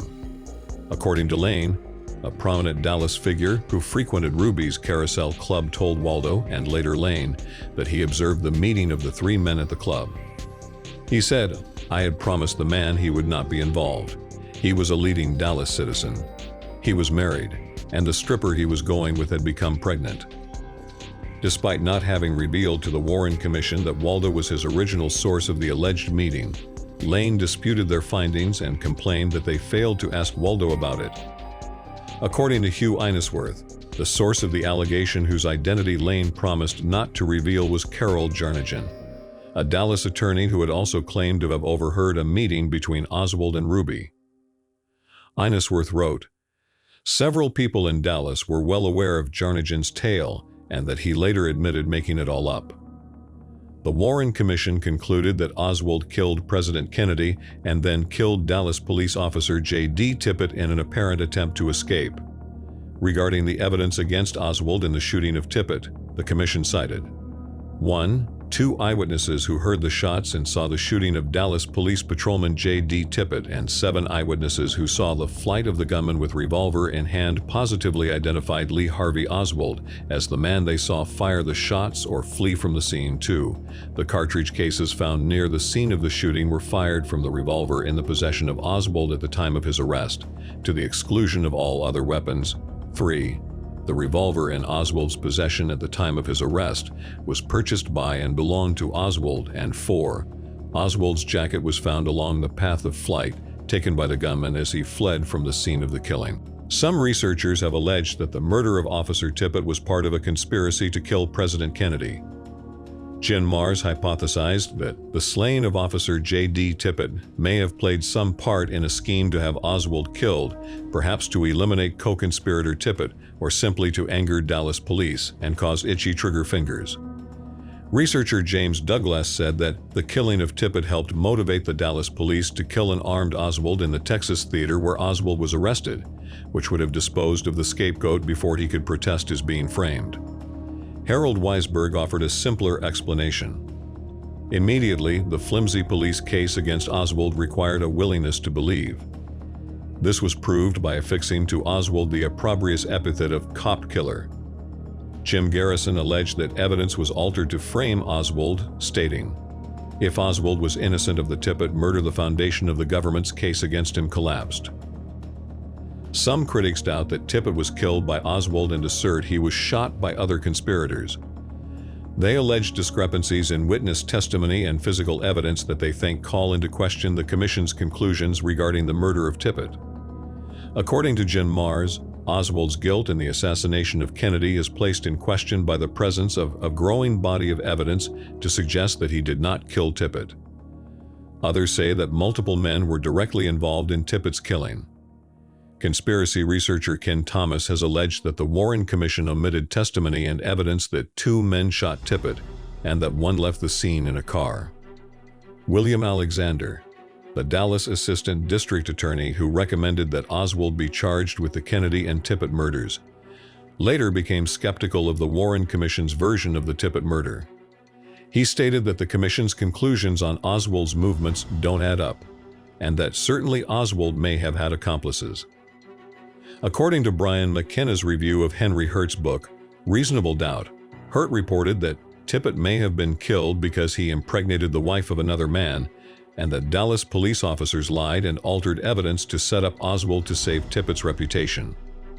In the documentary JFK to 9/11, Francis Connolly claims that Tippit was shot because his looks resembled Kennedy's. Connolly speculates that the assassination plot did not go as planned, and that the conspirators needed a second body. He further theorizes that Tippitt's body and JFK body were switched on Air Force Two. The Warren Commission identified Helen Markham and Domingo Benavides as 2 witnesses who actually saw the shooting of Officer Tippit. Conspiracy theorist Richard Belzer criticized the commission for, in his description, relying on the testimony of Markham, whom he described as imaginative. Jen Mars also took issue with Markham's testimony, stating that her credibility was strained to the breaking point. Joseph Ball, senior counsel to the commission, referred to Markham's testimony as full of mistakes, characterizing her as an utter screwball. The Warren Commission addressed concerns regarding Markham's reliability as a witness and concluded, however, even in the absence of Mrs. Markham's testimony, there is ample evidence to identify Oswald as the killer of Tippit. Domingo Benavides initially said that he did not think he could identify Tippitt's assailant and was never asked to view a police lineup, even though he was the person closest to the killing. Benavides later testified that the killer resembled pictures he had seen of Oswald. Other witnesses were taken to police lineups. However, critics have questioned these lineups as they consisted of people who looked very different from Oswald. Witnesses who did not appear before the commission identified an assailant who was not Oswald. Aquila Clemens said she saw 2 men near Tippitt's car just before the shooting. She said that after the shooting, she ran outside of her house and saw a man with a gun whom she described as kind of heavy. She said he waved to the second man, urging him to go on. Frank Wright said he emerged from his home and observed the scene seconds after the shooting. He described a man standing by Tippitt's body who had on a long coat and said the man ran to a parked car and drove away. Critics have questioned whether the cartridge cases recovered from the scene were the same as those that were subsequently entered into evidence. 2 of the cases were recovered by witness Domingo Benavides and turned over to police officer J.M. Poe. Poe told the FBI that he marked the shells with his own initials, JMP, to identify them. Sergeant Gerald Hill later testified to the Warren Commission that it was he who had ordered police officer Poe to mark the shells. However, Poe's initials were not found on the shells produced by the FBI 6 months later. Testifying before the Warren Commission, Poe said that although he recalled marking the cases, he couldn't swear to it. The identification of the cases at the crime scene raises more questions. Sergeant Gerald Hill examined one of the shells and radioed the police dispatcher saying, "The shell at the scene indicates that the suspect is armed with an automatic .38 rather than a pistol." However, Oswald was reportedly arrested carrying a non-automatic .38 special revolver. The Warren Commission investigated Oswald's movements between the time of the assassination and the shooting of Tippit to ascertain whether Oswald might have had an accomplice who helped him flee the book depository. The commission concluded, through the testimony of 7 witnesses, that Oswald was always alone. According to their final report, Oswald was seen by his housekeeper, Erling Roberts, leaving his rooming house shortly after 1:00 p.m. and had enough time to travel 9/10 of a mile to the scene where Tippit was killed at 1:16 p.m. Witness Helen Markham stated in her affidavit to the Dallas Sheriff's Department that Tippit was killed at approximately 1:06 p.m. She later affirmed the time in testimony before the Warren Commission, saying, "I wouldn't be afraid to bet it wasn't 6 or 7 minutes after 1. She initially told the FBI that the shooting occurred possibly around 1:30 p.m. In an unpublished manuscript titled "When They Kill a President," Deputy Sheriff Roger Craig stated that when he heard the news that Tippit had been shot, he noted that the time was 1:06 p.m. However, in a later statement to the press, Craig seemed confused about the time of the shooting. Warren Burroughs, who ran the concession stand at the Texas theater where Oswald was arrested, said that Oswald came into the theater between 1 o'clock and 1:07 p.m. He also claimed he sold Oswald popcorn at 1:15 p.m., the official time of Officer Tippit's murder. A theater patron, Jack Davis, also corroborated Burroughs' time, claiming he observed Oswald in the theater prior to 1:20 p.m. Some conspiracy theories surrounding the Kennedy assassination had focused on witnesses to the assassination who have not been identified or who have not identified themselves, despite the media attention that the Kennedy assassination has received. The so-called Umbrella Man was one of the closest bystanders to the president when he was first struck by a bullet. The Umbrella Man has become the subject of conspiracy theories after footage of the assassination showed him holding an open umbrella as the Kennedy motorcade passed, despite the fact that it was not raining at the time.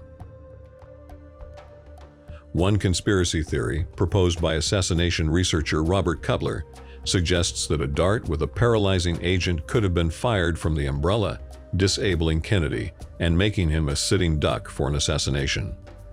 In 1975, CIA weapons developer Charles Sensony told the Senate Intelligence Committee that such an umbrella weapon was in the hands of the CIA in 1963. A more prevalent conspiracy theory holds that the umbrella could have been used to provide visual signals to hidden gunmen. In 1978, Louis Stephen Witt came forward and identified himself as the Umbrella Man. Testifying before the United States House Select Committee on Assassinations, Witt stated he brought the umbrella to heckle Kennedy and protest the appeasement policies of the president's father, Joseph Kennedy. He added, "I think if the Guinness Book of World Records had a category for people who were at the wrong place at the wrong time, doing the wrong thing, I would be no one in that position, without even a close runner-up." Some researchers have noted a number of inconsistencies with Witt's story, however, and doubt him to be the Umbrella Man. An unidentified individual who is referred to by some conspiracy theorists as the dark-complected man can be seen in several photographs, taken seconds after the assassination, sitting on the sidewalk next to the Umbrella Man on the north side of Elm Street. Louis Stephen Witt, who identified himself as the Umbrella Man, said he was unable to identify the other individual, whose dark complexion has led some conspiracy theorists to speculate Cuban government involvement or Cuban exile involvement in the assassination of Kennedy. Badge Man and Tin Hat Man are figures on the grassy knoll who it is alleged can be seen in the Mary Mormon photo, taken approximately 1/6 of a second after President Kennedy was struck with the fatal head wound. The figures were first discovered by researchers Jack White and Gary Mack and are discussed in a 1988 documentary called The Men Who Killed Kennedy, where it is alleged a third figure can also be seen on the grassy knoll, possibly the eyewitness Gordon Arnold. The Badge Man figure, so called as he appears to be wearing a uniform similar to that worn by a policeman, with a badge prominent, helped fuel conspiracy theories linking Dallas police officers, or someone impersonating a police officer, to the assassination. Another figure is the so-called Black Dog Man figure who can be seen at the corner of a retaining wall in the Willis and Betzner photo of the assassination. In an interview, Marilyn Sitzman told Josiah Thompson that she saw a young black couple who were eating lunch and drinking cokes on a bench behind the retaining wall, and therefore it is possible that the Black Dog Man figure is actually the black woman and her child. If so, the woman has never come forward to identify herself.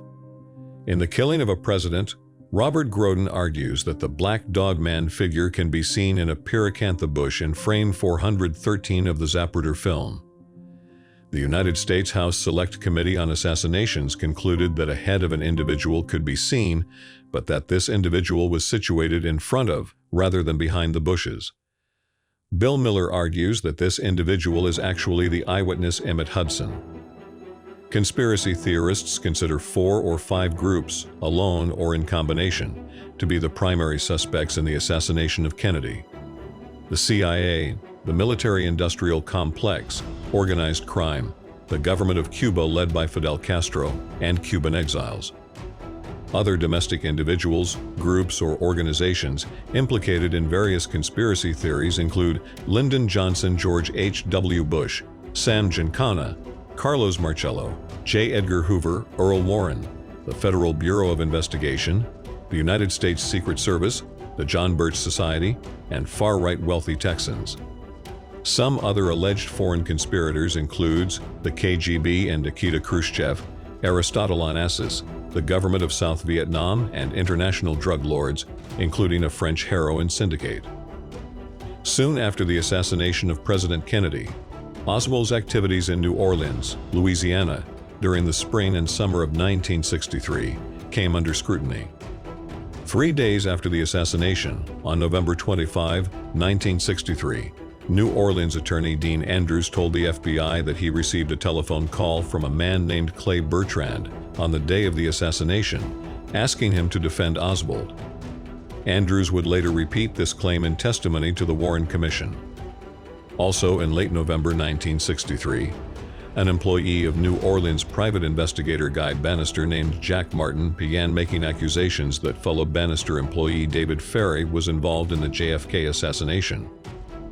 Martin told police that Ferry was supposed to have been the getaway pilot in the assassination. He said that Ferry had outlined plans to kill Kennedy and that Ferry might have taught Oswald how to use a rifle with a telescopic sight. Martin claimed that Ferry had known Oswald from their days in the New Orleans Civil Air Patrol and that he had seen a photograph at Ferry's home of Oswald in a Civil Air Patrol group. Ferry denied any association with Oswald. It was later discovered that Ferry had attended Civil Air Patrol meetings in New Orleans in the 1950s that were also attended by a teenage Lee Harvey Oswald. In 1993, the PBS television program Frontline obtained a photograph taken in 1955, 8 years before the assassination, showing Oswald and Ferry at a Civil Air Patrol cookout with other CAP cadets. Whether Oswald's and Ferry's association in the Civil Air Patrol in 1955 is relevant to their later possible association in 1963 is a subject of debate. According to several witnesses, in 1963, both Ferry and Bannister were working for lawyer G. Ray Gill on behalf of Gill's client, New Orleans mafia boss Carlos Marcello, in an attempt to block Marcello's deportation to Guatemala. On the afternoon of November 22, 1963, the day John F. Kennedy was assassinated and the day Marcello was acquitted in his deportation case, New Orleans private investigator Guy Bannister and his employee, Jack Martin, were drinking together at a local bar. On their return to Bannister's office, the two men got into a heated argument. According to Martin, Bannister said something to which Martin replied, "What are you going to do? Kill me like you all did Kennedy." Bannister drew his .357 Magnum revolver and pistol-whipped Martin several times. Martin, badly injured, went by ambulance to Charity Hospital.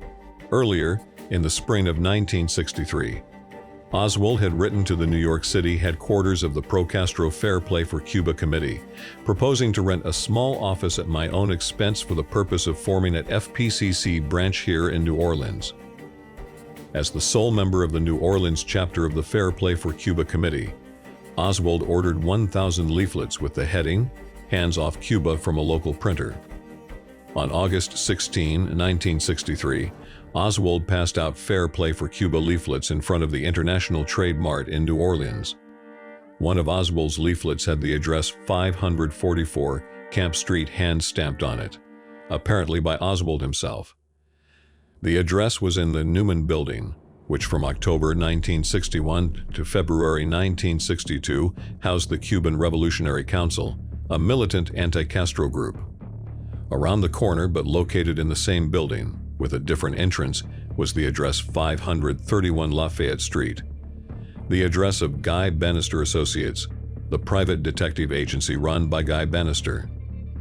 Bannister's office was involved in anti-Castro and private investigative activities in the New Orleans area.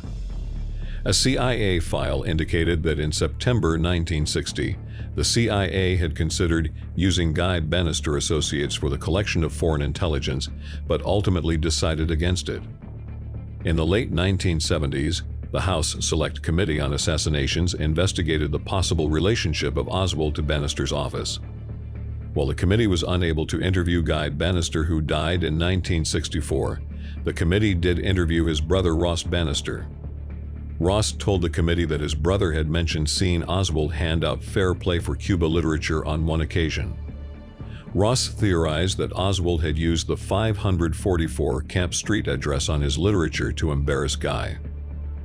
Guy Bannister's secretary, Delphine Roberts, would later tell author Anthony Summers that she saw Oswald at Bannister's office and that he filled out one of Bannister's agent application forms. She said Oswald came back a number of times. He seemed to be on familiar terms with Bannister and with the office. The House Select Committee on Assassinations investigated Roberts's claims and said that because of contradictions in Roberts' statements to the committee and lack of independent corroboration of many of her statements, the reliability of her statements could not be determined. In 1966, New Orleans District Attorney Jim Garrison began an investigation into the assassination of President Kennedy.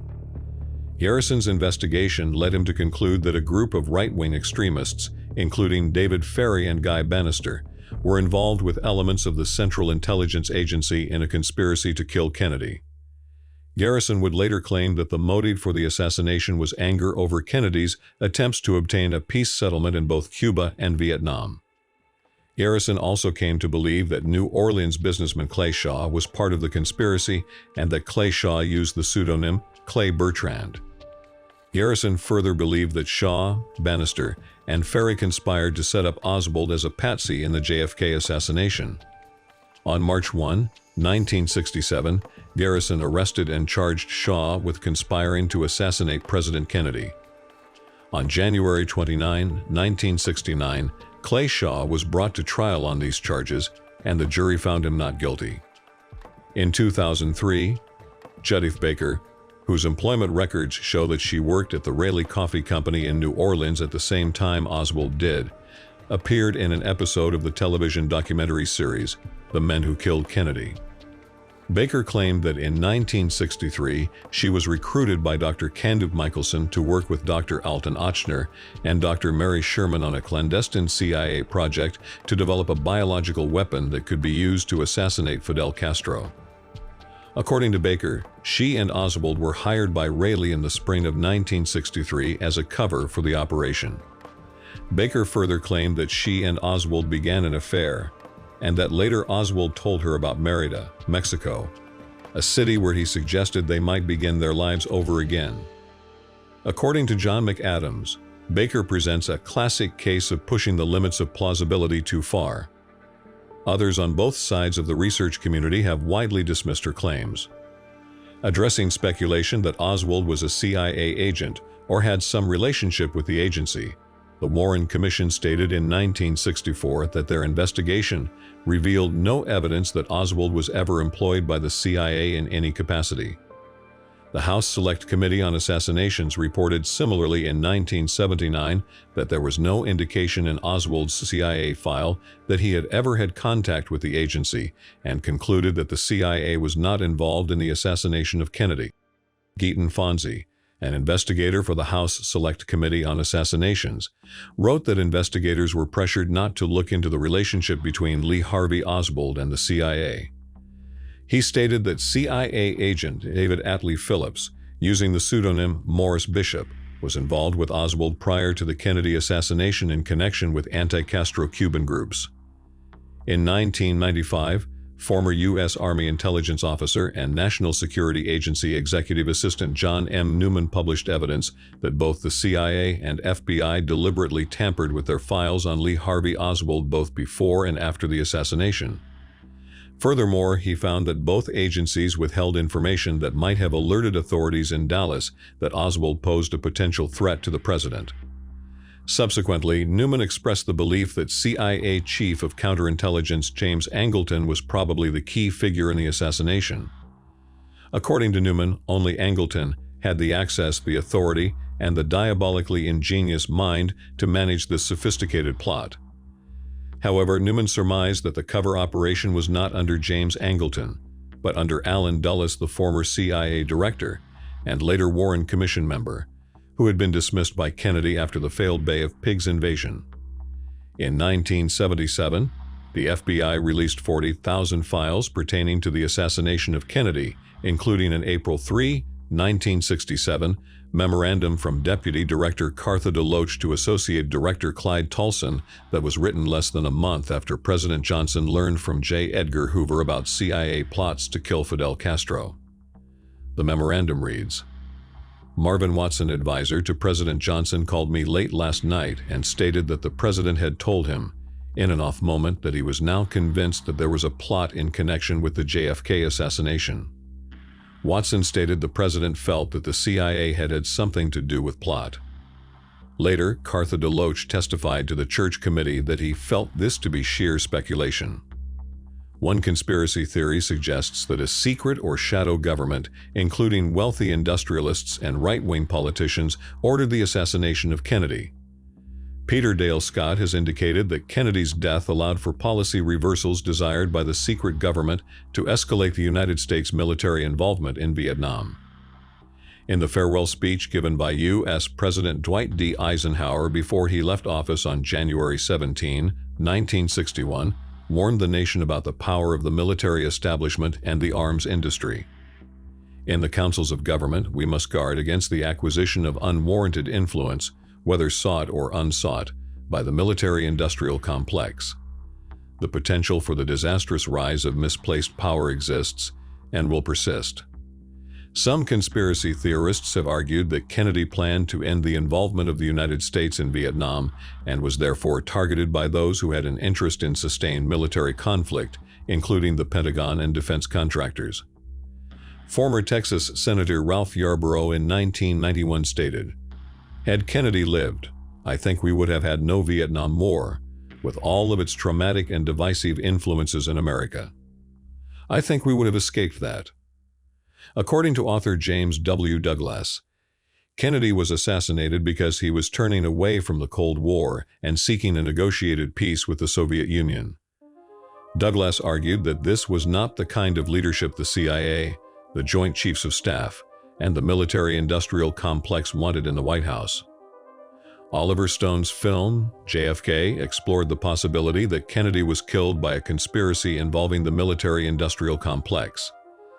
L. Fletcher Prouty, Chief of Special Operations for the Joint Chiefs of Staff under Kennedy, and the person who inspired the character Mr. X in Stone's film, wrote that Kennedy's assassination was actually a coup d'etat. The House Select Committee on Assassinations reported that it investigated alleged Secret Service complicity in the assassination and concluded that the Secret Service was not involved. However, the HSCA declared that the Secret Service was deficient in the performance of its duties. Among its findings, the HSCA noted, 1. That President Kennedy had not received adequate protection in Dallas. 2. That the Secret Service possessed information that was not properly analyzed, investigated, or used by the Secret Service in connection with the President's trip to Dallas. And 3. That the Secret Service agents in the motorcade were inadequately prepared to protect the President from a sniper. The HSCA specifically noted, no actions were taken by the agent in the right front seat of the presidential limousine Roy Kellerman to cover the president with his body, although it would have been consistent with Secret Service procedure for him to have done so. The primary function of the agent was to remain at all times in close proximity to the president in the event of such emergencies. Some argue that the lack of Secret Service protection occurred because Kennedy himself had asked that the Secret Service make itself discreet during the Dallas visit. However, Vince Palomara, who interviewed several Secret Service agents assigned to the Kennedy detail, disputes this.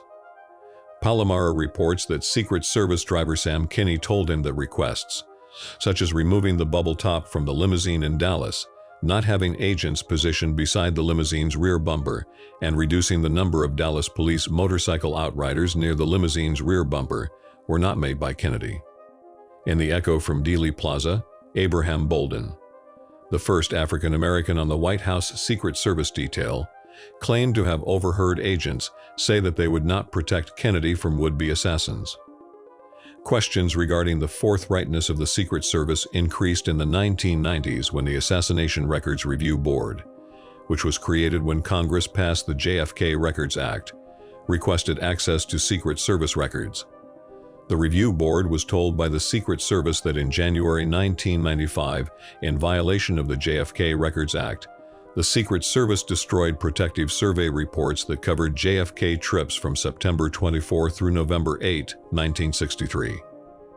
The House Select Committee on Assassinations wrote, "The committee believes, on the basis of the evidence available to it, that anti-Castro Cuban groups, as groups, were not involved in the assassination of President Kennedy, but that the available evidence does not preclude the possibility that individual members may have been involved."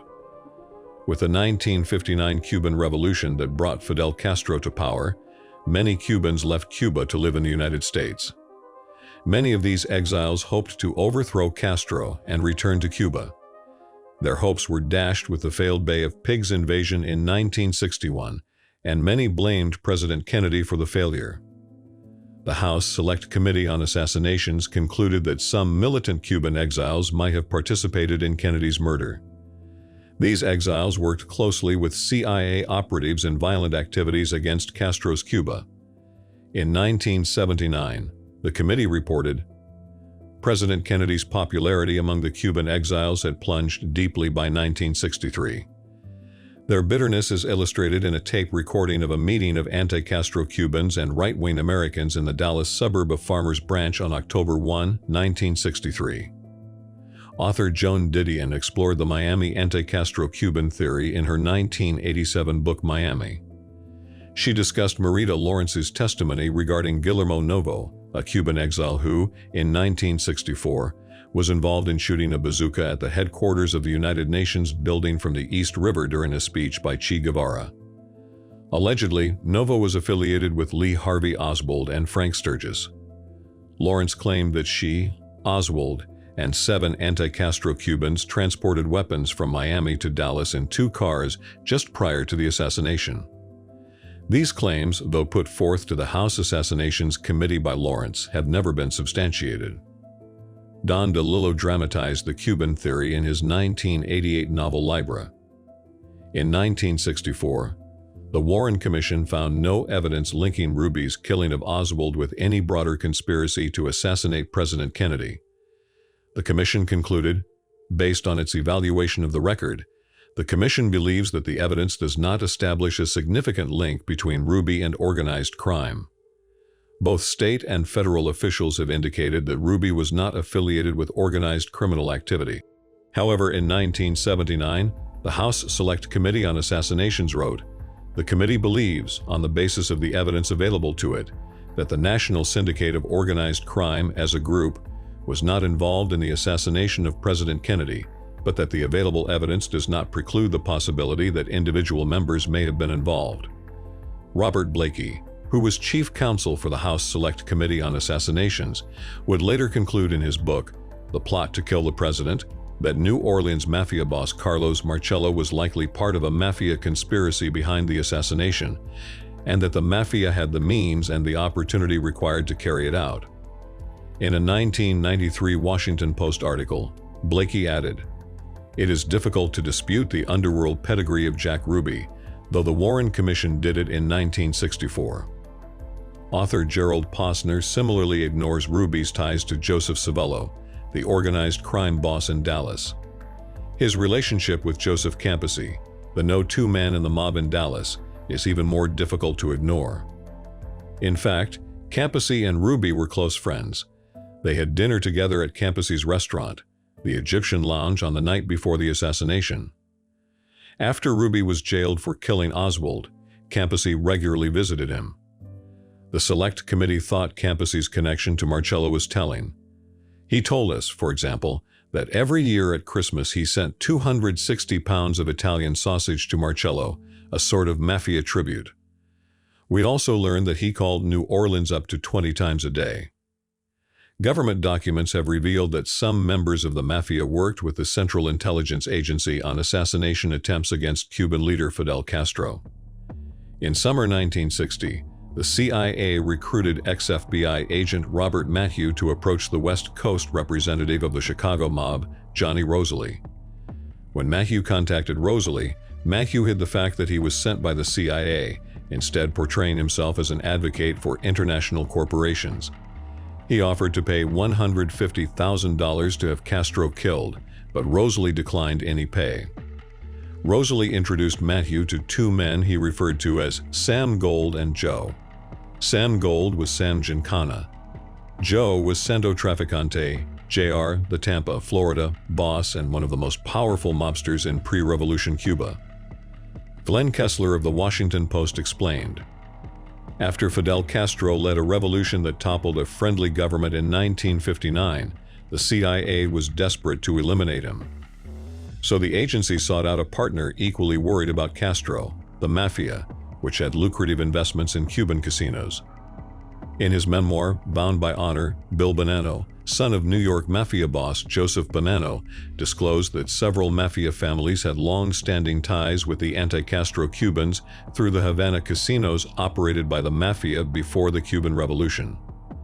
Many Cuban exiles and Mafia bosses disliked President Kennedy, blaming him for the failed Bay of Pigs invasion. They also disliked his brother, then United States Attorney General Robert F. Kennedy, who had conducted an unprecedented legal assault on organized crime. This was especially provocative because several Mafia families had allegedly worked with JFK father, Joseph Kennedy, to get JFK elected. Both the Mafia and the anti-Castro Cubans were experts in assassination, the Cubans having been trained by the CIA. Bonanno reported that he recognized the high degree of involvement of other Mafia families when Jack Ruby killed Oswald, since Bonanno was aware that Ruby was an associate of Chicago mobster Sam Giancana. Some conspiracy researchers have alleged a plot involving elements of the Mafia, the CIA, and the anti-Castro Cubans, including Anthony Summers, who stated, "Sometimes people sort of glaze over about the notion that the Mafia and U.S. intelligence and the anti-Castro activists were involved together in the assassination of President Kennedy. In fact, there's no contradiction there. Those three groups were all in bed together at the time and had been for several years in the fight to topple Fidel Castro." News reporter Ruben Castander wrote in 2012, "Based on the evidence, it is likely that JFK was killed by a coalition of anti-Castro Cubans, the mob, and elements of the CIA." In his book, They Killed Our President, former Minnesota Governor Jesse Ventura concluded, John F. Kennedy was murdered by a conspiracy involving disgruntled CIA agents, anti-Castro Cubans, and members of the Mafia, all of whom were extremely angry at what they viewed as Kennedy's appeasement policies toward communist Cuba and the Soviet Union. Carlos Marcello allegedly threatened to assassinate the president to short-circuit his younger brother, Attorney General Robert Kennedy, who was leading the administration's anti-mafia crusade. Information released in 2006 by the FBI has led some to conclude that Carlos Marcello confessed to his cellmate in Texas, Jack Van Lanningham, an FBI informant, using a transistor radio that was bugged by the FBI, to having organized Kennedy's assassination, and that the FBI covered up this information that it had in its possession. In his book, Contract on America, David Schein provided evidence that Mafia leaders Carlos Marcello, Santo Traficante, Jr., and Jimmy Hoffa ordered the assassination of President Kennedy. Schein cited in particular a 25-fold increase in the number of out-of-state telephone calls from Jack Ruby to associates of these crime bosses in the months before the assassination, and to an attempted confession by Jack Ruby while in prison. David E. Kaiser has also suggested mob involvement in his book, The Road to Dallas. Investigative reporter Jack Anderson concluded that Fidel Castro worked with organized crime figures to arrange the JFK assassination. In his book Peace, War, and Politics, Anderson claimed that Mafia member Johnny Roselli gave him extensive details of the plot. Anderson said that although he was never able to independently confirm Roselli's entire story, many of Roselli's details checked out. Anderson said that Oswald may have played a role in the assassination, but that more than one gunman was involved. Johnny Roselli, as previously noted, had worked with the CIA on assassination attempts against Castro. The History Channel program The Men Who Killed Kennedy presented additional claims of organized crime involvement. Christian David was a Corsican mafia member interviewed in prison. He said that he was offered the assassination contract on President Kennedy, but that he did not accept it. However, he said that he knew the men who did accept the contract. According to David, there were 3 shooters. He provided the name of one, Lucian Sardi. David said that since the other 2 shooters were still alive, it would break a code of conduct for him to identify them. When asked what the shooters were wearing, David noted their modus operandi was to dress in costumes, such as official uniforms. Much of Christian David's testimony was confirmed by former Corsican member Michelle Nicole, who was part of the DEA Witness Protection Program.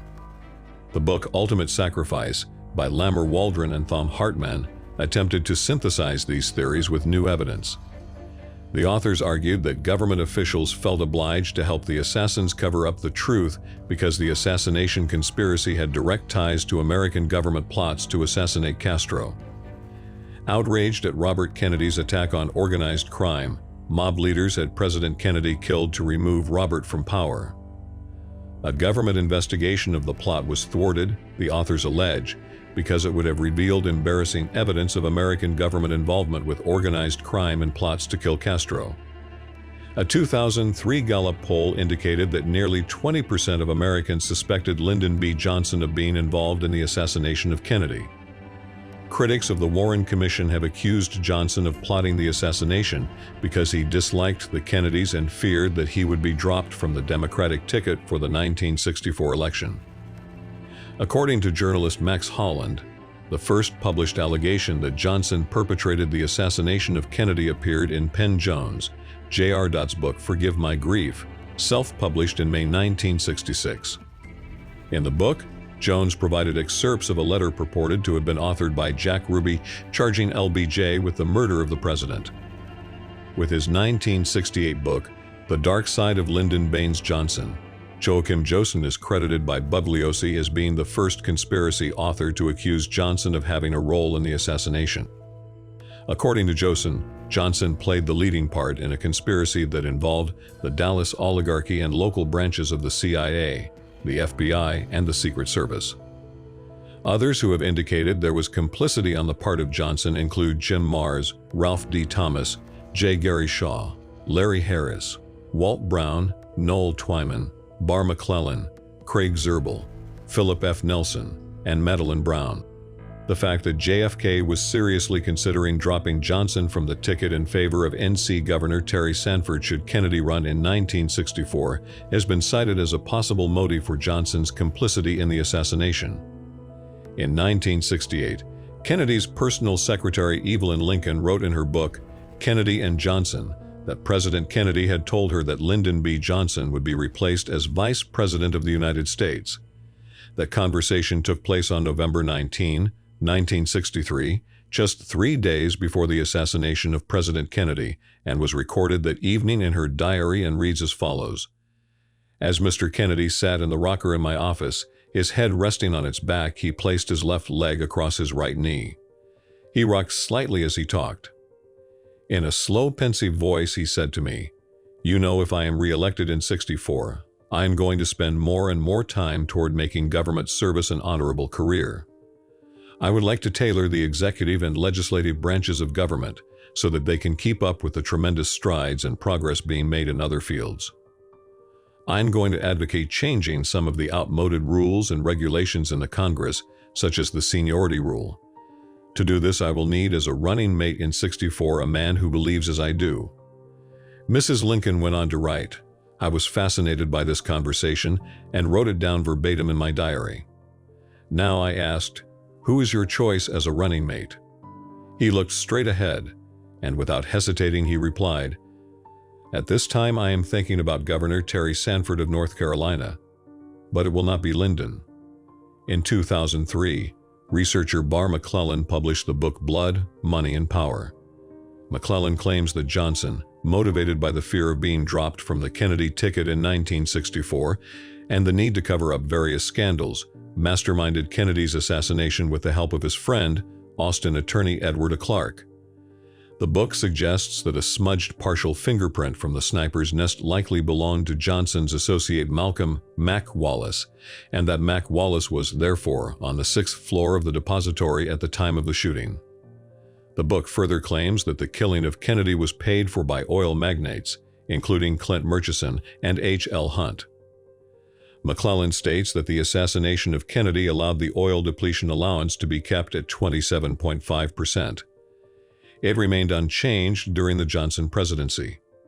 According to McClellan, this resulted in a saving of over $100 million to the American oil industry. McClellan's book subsequently became the subject of an episode of Nigel Turner's ongoing documentary television series, The Men Who Killed Kennedy. The episode, The Guilty Men, drew angry condemnation from the Johnson family, Johnson's former aides, and former presidents Gerald Ford, who was a member of the Warren Commission, and Jimmy Carter following its airing on the History Channel. The History Channel assembled a committee of historians who concluded the accusations in the documentary were without merit, and the History Channel apologized to the Johnson family and agreed not to air the series in the future. Madeline Brown, who alleged she was the mistress of Johnson, also implicated him in a conspiracy to kill Kennedy. In 1997, Brown said that Johnson, along with H.L. Hunt, had begun planning Kennedy's demise as early as 1960. Brown claimed that by its fruition in 1963, the conspiracy involved dozens of persons, including the leadership of the FBI and the Mafia, as well as prominent politicians and journalists. In the documentary The Men Who Killed Kennedy, Madeline Brown and May Newman, an employee of Texas oilman Clint Murchison, both placed FBI Director J. Edgar Hoover at a social gathering at Murchison's mansion the night before the assassination. Also in attendance, according to Brown, were John McCloy, Richard Nixon, George Brown, R.L. Thornton, and H.L. Hunt.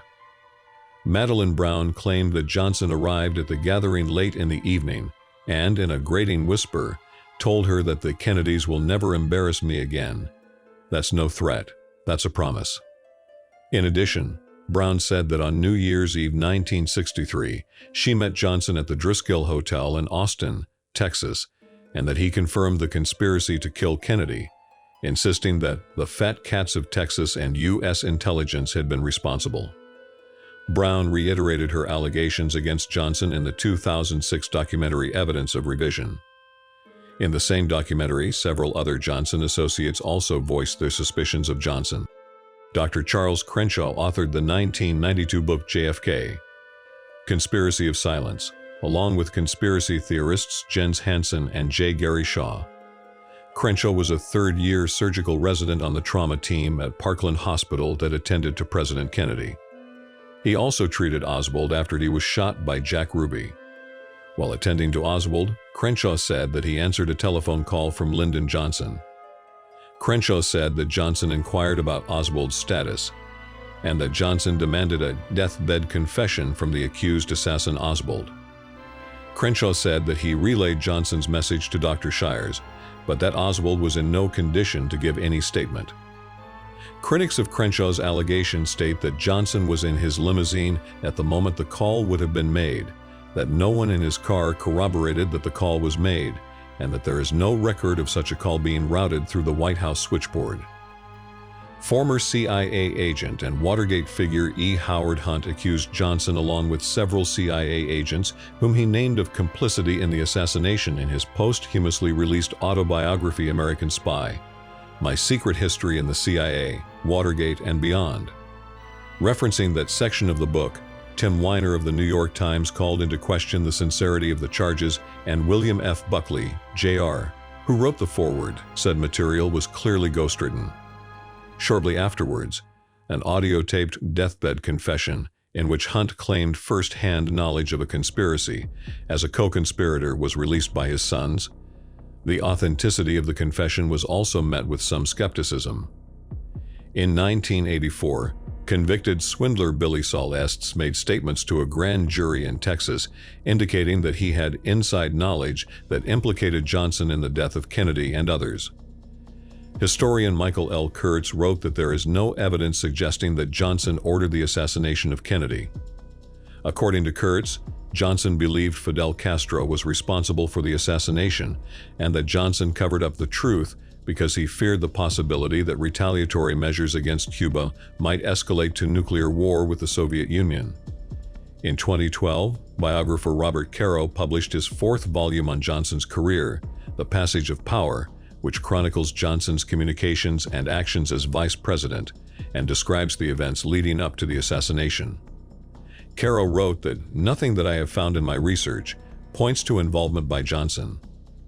Political consultant and convicted felon Roger Stone believes that Johnson orchestrated Kennedy's assassination. He also claims that Rafael Cruz, father of Texas Senator and Republican presidential candidate for the 2016 elections Ted Cruz, is tied to Lee Harvey Oswald. On November 29, 1963, exactly 1 week after the assassination, an employee of the FBI wrote in a memo that Mr. George Bush of the Central Intelligence Agency was given a briefing on the reaction to the assassination by Cuban exiles living in Miami. Some have alleged that the George Bush cited in this memo is the future U.S. President George H.W. Bush, who was appointed head of the CIA by President Gerald Ford in 1976, 13 years after the assassination. During Bush's presidential campaign in 1988, the memo resurfaced, prompting the CIA to claim that the memo was referring to an employee named George Williams Bush. However, George Williams Bush disputed this suggestion, declaring under oath that I am not the George Bush of the Central Intelligence Agency referred to in the memorandum. On the website JFK Facts, author Jefferson Morley writes that any communication by Bush with the FBI or CIA in November 1963 does not necessarily demonstrate culpability in the assassination, and that it is unclear whether Bush had any affiliation with the CIA prior to his appointment to head the agency in 1976. Bush biographer Kitty Kelly alleges that Bush was unable to remember his whereabouts on the day of Kennedy's assassination, despite the fact that this information is known. The day of the assassination, Bush flew to Tyler, Texas, to make an appearance ahead of his upcoming campaign for the U.S. Senate in 1964, and spoke to the FBI about a local who had threatened Kennedy. The previous day, Bush had been in Dallas to speak at an oil industry meeting. Morley has suggested the possibility that Bush's report to the FBI was a cover story, but cautioned that speculation, however plausible, isn't evidence, and that Kelly is not the most reliable of sources. Those who believe that Bush may have been involved in the assassination have presented photographic evidence of a man resembling Bush in Dealey Plaza at the time of the assassination. However, Morley argues this evidence is weak, as no comparative measurements of the two men's facial features has been made. Bush was already an announced Senate candidate for several months by the time of the assassination, and thus had received much press attention. No eyewitnesses have publicly recalled seeing Bush at the scene, though his opponent, incumbent Senator Ralph Yarborough, passed by in the presidential motorcade. In September 1976, George de Mohrenschildt, a Dallas petroleum geologist and a friend of both Bush and Lee Harvey Oswald, wrote a letter to Bush, then director of the CIA, asking for his assistance. Mohrenschildt was being pressured by House Select Committee on Assassinations investigators to testify on the assassination, causing him to write the letter in distress. Bush responded to Mohrenschildt's letter, but said he would be unable to help. Mohrenschildt committed suicide 6 months later, before testifying to the HSCA. Morley argues that the letter's existence and Bush's response does not demonstrate guilt for either man, but merely that Bush was uninterested in questioning the CIA account of the assassination. In its report, the Warren Commission stated that it had investigated dozens of allegations of a conspiratorial contact between Oswald and agents of the Cuban government, and had found no evidence of Cuban involvement in the assassination of President Kennedy. The House Select Committee on Assassinations also wrote, "The committee believes, on the basis of the evidence available to it, that the Cuban government was not involved in the assassination of President Kennedy."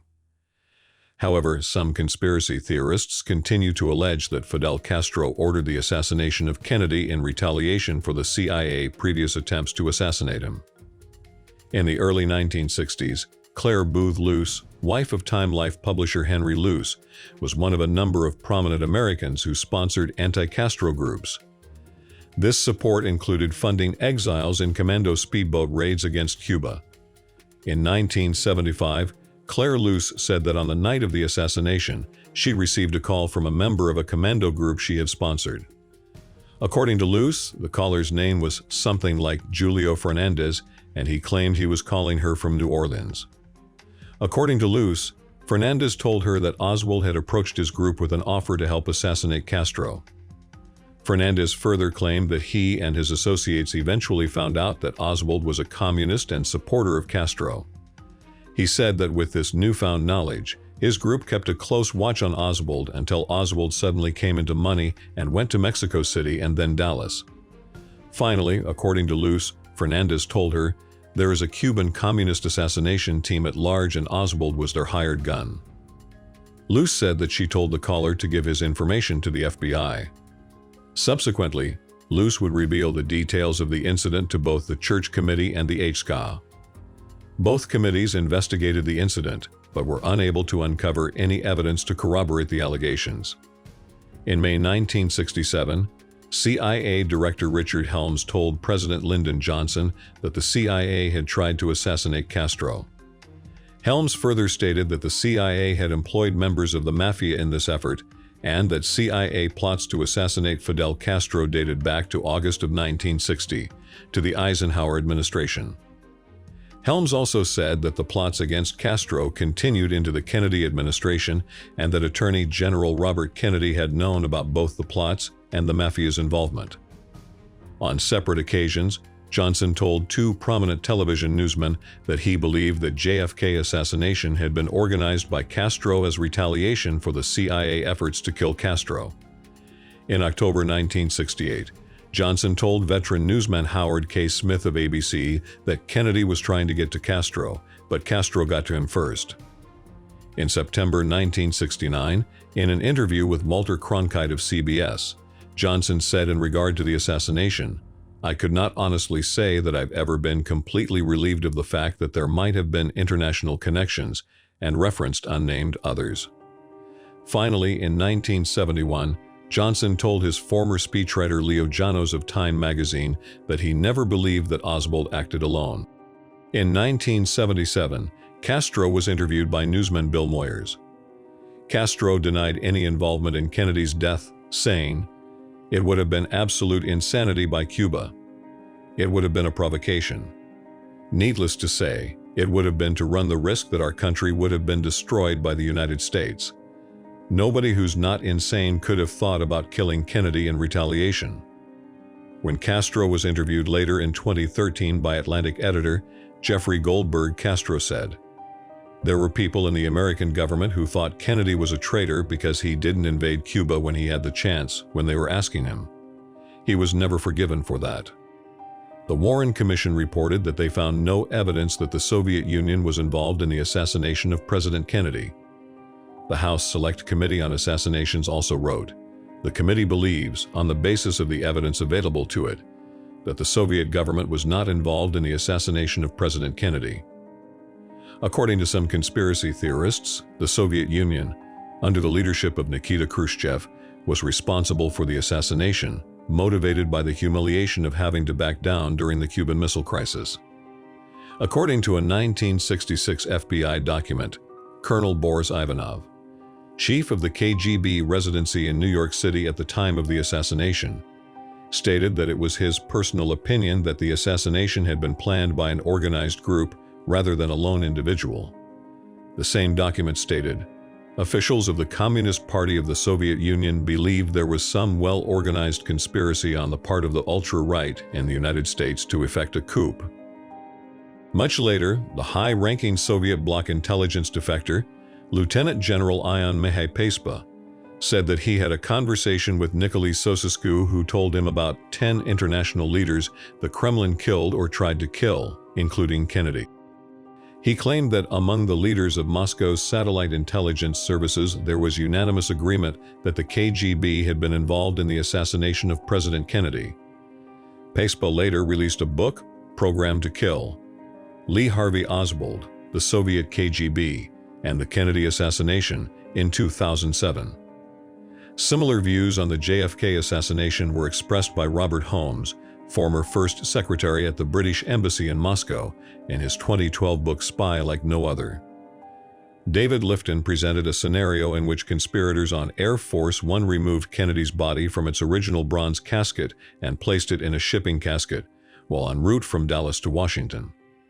Once the presidential plane arrived at Andrews Air Force Base, the shipping casket with the president's body in it was surreptitiously taken by helicopter from the side of the plane that was out of the television camera's view. Kennedy's body was then taken to an unknown location, most likely Walter Reed Army Medical Center, to surgically alter the body to make it appear that he was shot only from the rear. Part of Lifton's theory comes from a House Select Committee on Assassinations report of an interview of Lieutenant Richard Lipsey on January 18, 1978, by committee staff members Donald Purdy and Mark Flanagan. According to the report, Lieutenant Richard Lipsey said that he and General Whale had met President Kennedy's body at Andrews Air Force Base.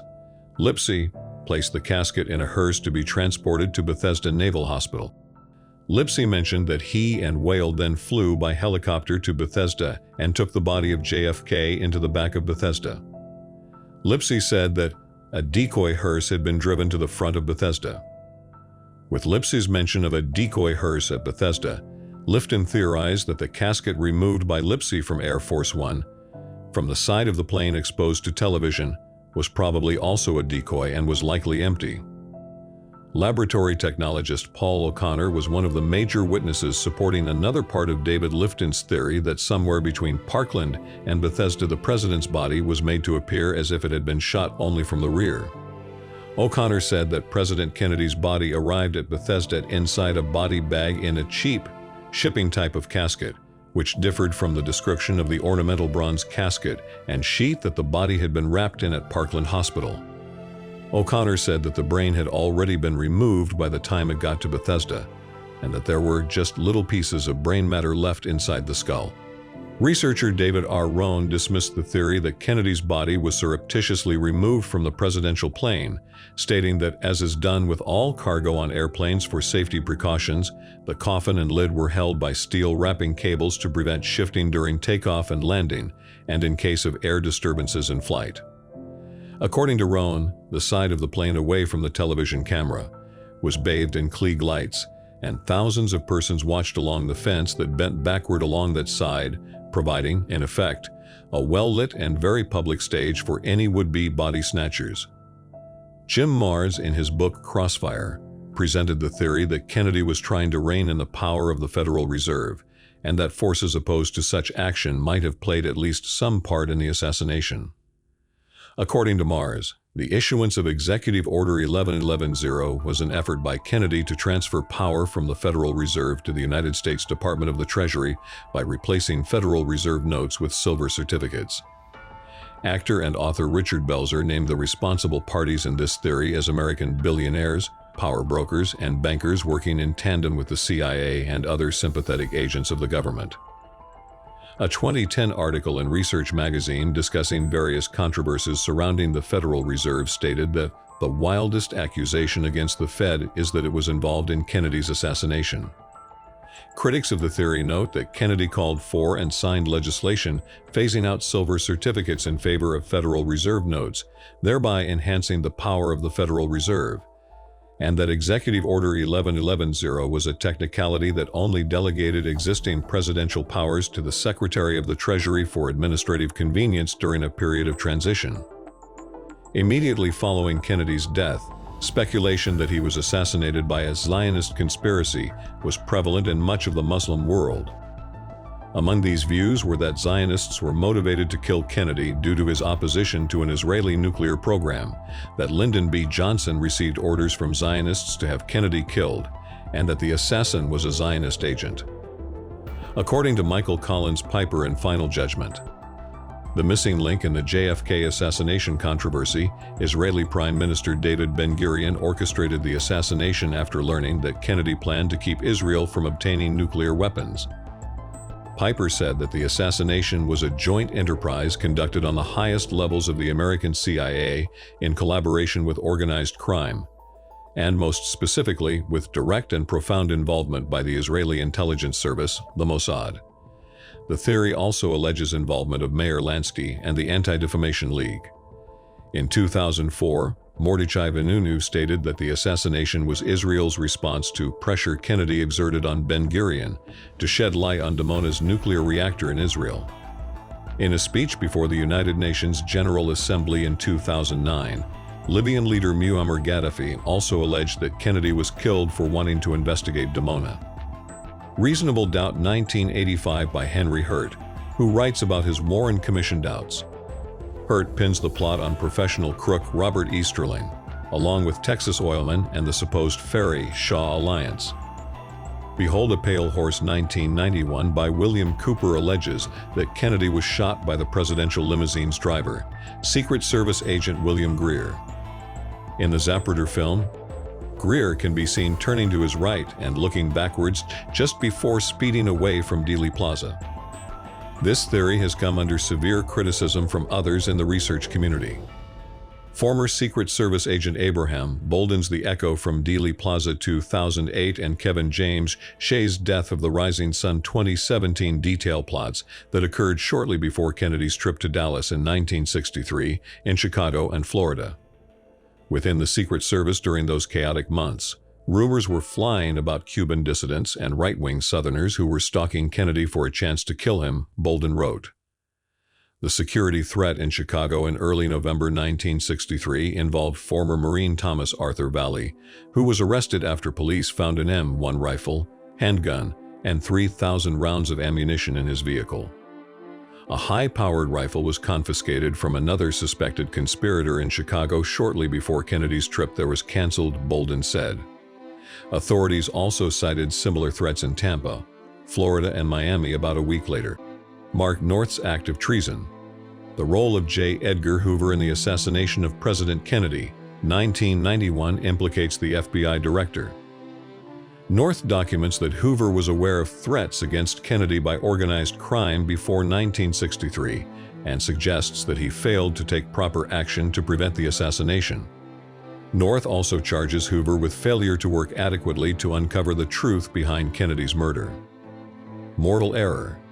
The shot that killed JFK in 1992 by Bonner Menninger alleges that while Oswald did attempt to assassinate JFK and did succeed in wounding him, the fatal shot was accidentally fired by Secret Service agent George Hickey, who was riding in the Secret Service follow-up car directly behind the presidential limousine.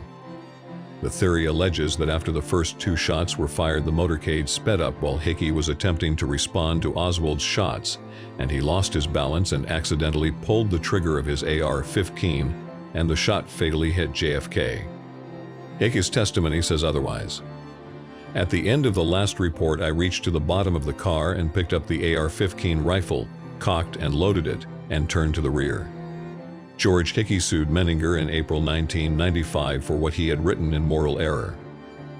The case was dismissed as its statute of limitations had run out. The theory received public attention in 2013 when it was supported by Colin McLaren's book and documentary titled JFK, The Smoking Gun. Who Shot JFK? A Guide to the Major Conspiracy Theories 1993 by Bob Callahan and Mark Zingarelli explores some of the more obscure theories regarding JFK murder, such as the Coca-Cola theory. According to this theory, suggested by the editor of an organic gardening magazine, Oswald killed JFK due to mental impairment stemming from an addiction to refined sugar, as evidenced by his need for his favorite beverage immediately after the assassination. Passport to Assassination 1993 by Oleg M. Nechepurenko, the Soviet consular official and highly placed KGB officer who met with Oswald in Mexico City in 1963. He was afforded the unique opportunity to interview Oswald about his goals, including his genuine desire for a Cuban visa. His conclusions were: 1. That Oswald killed Kennedy due to extreme feelings of inadequacy versus his wife's professed admiration for JFK, and 2. That the KGB never sought intelligence information from Oswald during his time in the USSR, as they did not trust his motivations. Norman Mailer's Oswald's Tale. An American Mystery 1995 concludes that Oswald was guilty, but holds that the evidence may point to a second gunman on the grassy knoll, who, purely by coincidence, was attempting to kill JFK at the same time as Oswald. If there was indeed another shot, it was not necessarily fired by a conspirator of Oswald's. Such a gun could have belonged to another lone killer or to a conspirator working for some other group altogether. The Kennedy Mutiny 2002 by Will Fritz, not the same as Police Captain J. Will Fritz, claims that the assassination plot was orchestrated by General Edwin Walker and that he framed Oswald for the crime. JFK. The Second Plot 2002 by Matthew Smith explores the strange case of Roscoe White. In 1990, Roscoe's son Ricky made public a claim that his father, who had been a Dallas police officer in 1963, was involved in killing the president. Roscoe's widow Geneva also claimed that before her husband's death in 1971, he left a diary in which he claims he was one of the marksmen who shot the president, and that he also killed Officer J.D. Tippit. David Rohn's The Zapruder Film 2003 concludes that the shot that killed JFK and JFK throat and back wounds were caused by in and through shots originating from the grassy knoll. 3 shots were fired from 3 different angles, none of them from the 6th-floor window of the Texas Schoolbook Depository. Rohn is a professor of history emeritus at the University of Wisconsin-Stevens Point. The Gemstone File, a memoir 2006 by Stephanie Caruana, posits that Oswald was part of a 28-man assassination team that included 3 U.S. Mafia hitmen Jimmy Frasciano, John Rosalie, and Eugene Brading. Oswald's role was to shoot John Canale. Bruce Roberts, author of the Gemstone File papers, claimed that the JFK assassination scenario was modeled after a supposed attempted assassination of President F.D. Roosevelt. Roosevelt was riding in an open car with Mayor Anton Cermak of Chicago. Cermak was shot and killed by Giuseppe Zangara. In Dallas, JFK was the real target and Canale was a secondary target. The JFK assassination is only a small part of the Gemstone Files account. Joseph P. Farrell's LBJ and the Conspiracy to Kill Kennedy 2011 attempts to show multiple interests had reasons to remove President Kennedy. The military, CIA, NASA, anti-Castro factions, Hoover's FBI, and others. He concludes that the person that allowed all of these groups to form a coalescence of interests was Vice President Lyndon Johnson. In Allegations of PFC Eugene Dinkin, the Mary Farrell Foundation summarizes and archives documents related to Private First Class Eugene B. Dinkin, a cryptographic code operator stationed in Metz, France, who went AWOL in early November 1963, entered Switzerland using a false ID, and visited the United Nations press office and declared that officials in the U.S. government were planning to assassinate President Kennedy, adding that something might happen to the commander-in-chief in Texas. Dinkin was arrested 9 days before Kennedy was killed, placed in psychiatric care deemed a madman, and released shortly thereafter. His allegations eventually made their way to the Warren Commission, but according to the Farrell Foundation account, the commission took no interest in the matter, and indeed omitted any mention of Dinkin from its purportedly encyclopedic 26 volumes of evidence. Described by the Associated Press as one of the strangest theories, Hugh McDonald's appointment in Dallas stated that the Soviet government contracted with a rogue CIA agent named Saul to have Kennedy killed. McDonald said he worked for the CIA on assignment for $100 a day and met Saul at the agency's headquarters after the Bay of Pigs invasion. According to McDonald, his CIA mentor told him that Saul was the world's best assassin. McDonald stated that after the assassination, he recognized the man's photo in the Warren Commission report and eventually tracked him to a London hotel in 1972. McDonald stated that Saul assumed he, too, was a CIA agent and confided to him that he shot Kennedy from a building on the other side of the street from the Texas Schoolbook Depository. Nomenclature on an Assassination Cabal 1970 by William Torbett. The pseudonymous author claimed to be a lawyer with investigative skills working in the South. Torbett was one of the earliest writers to publicly criticize the official Warren Commission report, and his book claimed that the Warren Commission report covered up the fact that the U.S. government was aware of a plot to kill Kennedy and failed to take action against the plot. Despite the work's obscurity, the claim of government awareness and negligence regarding a plot to kill Kennedy has since become a key framework surrounding discussion about the Kennedy assassination.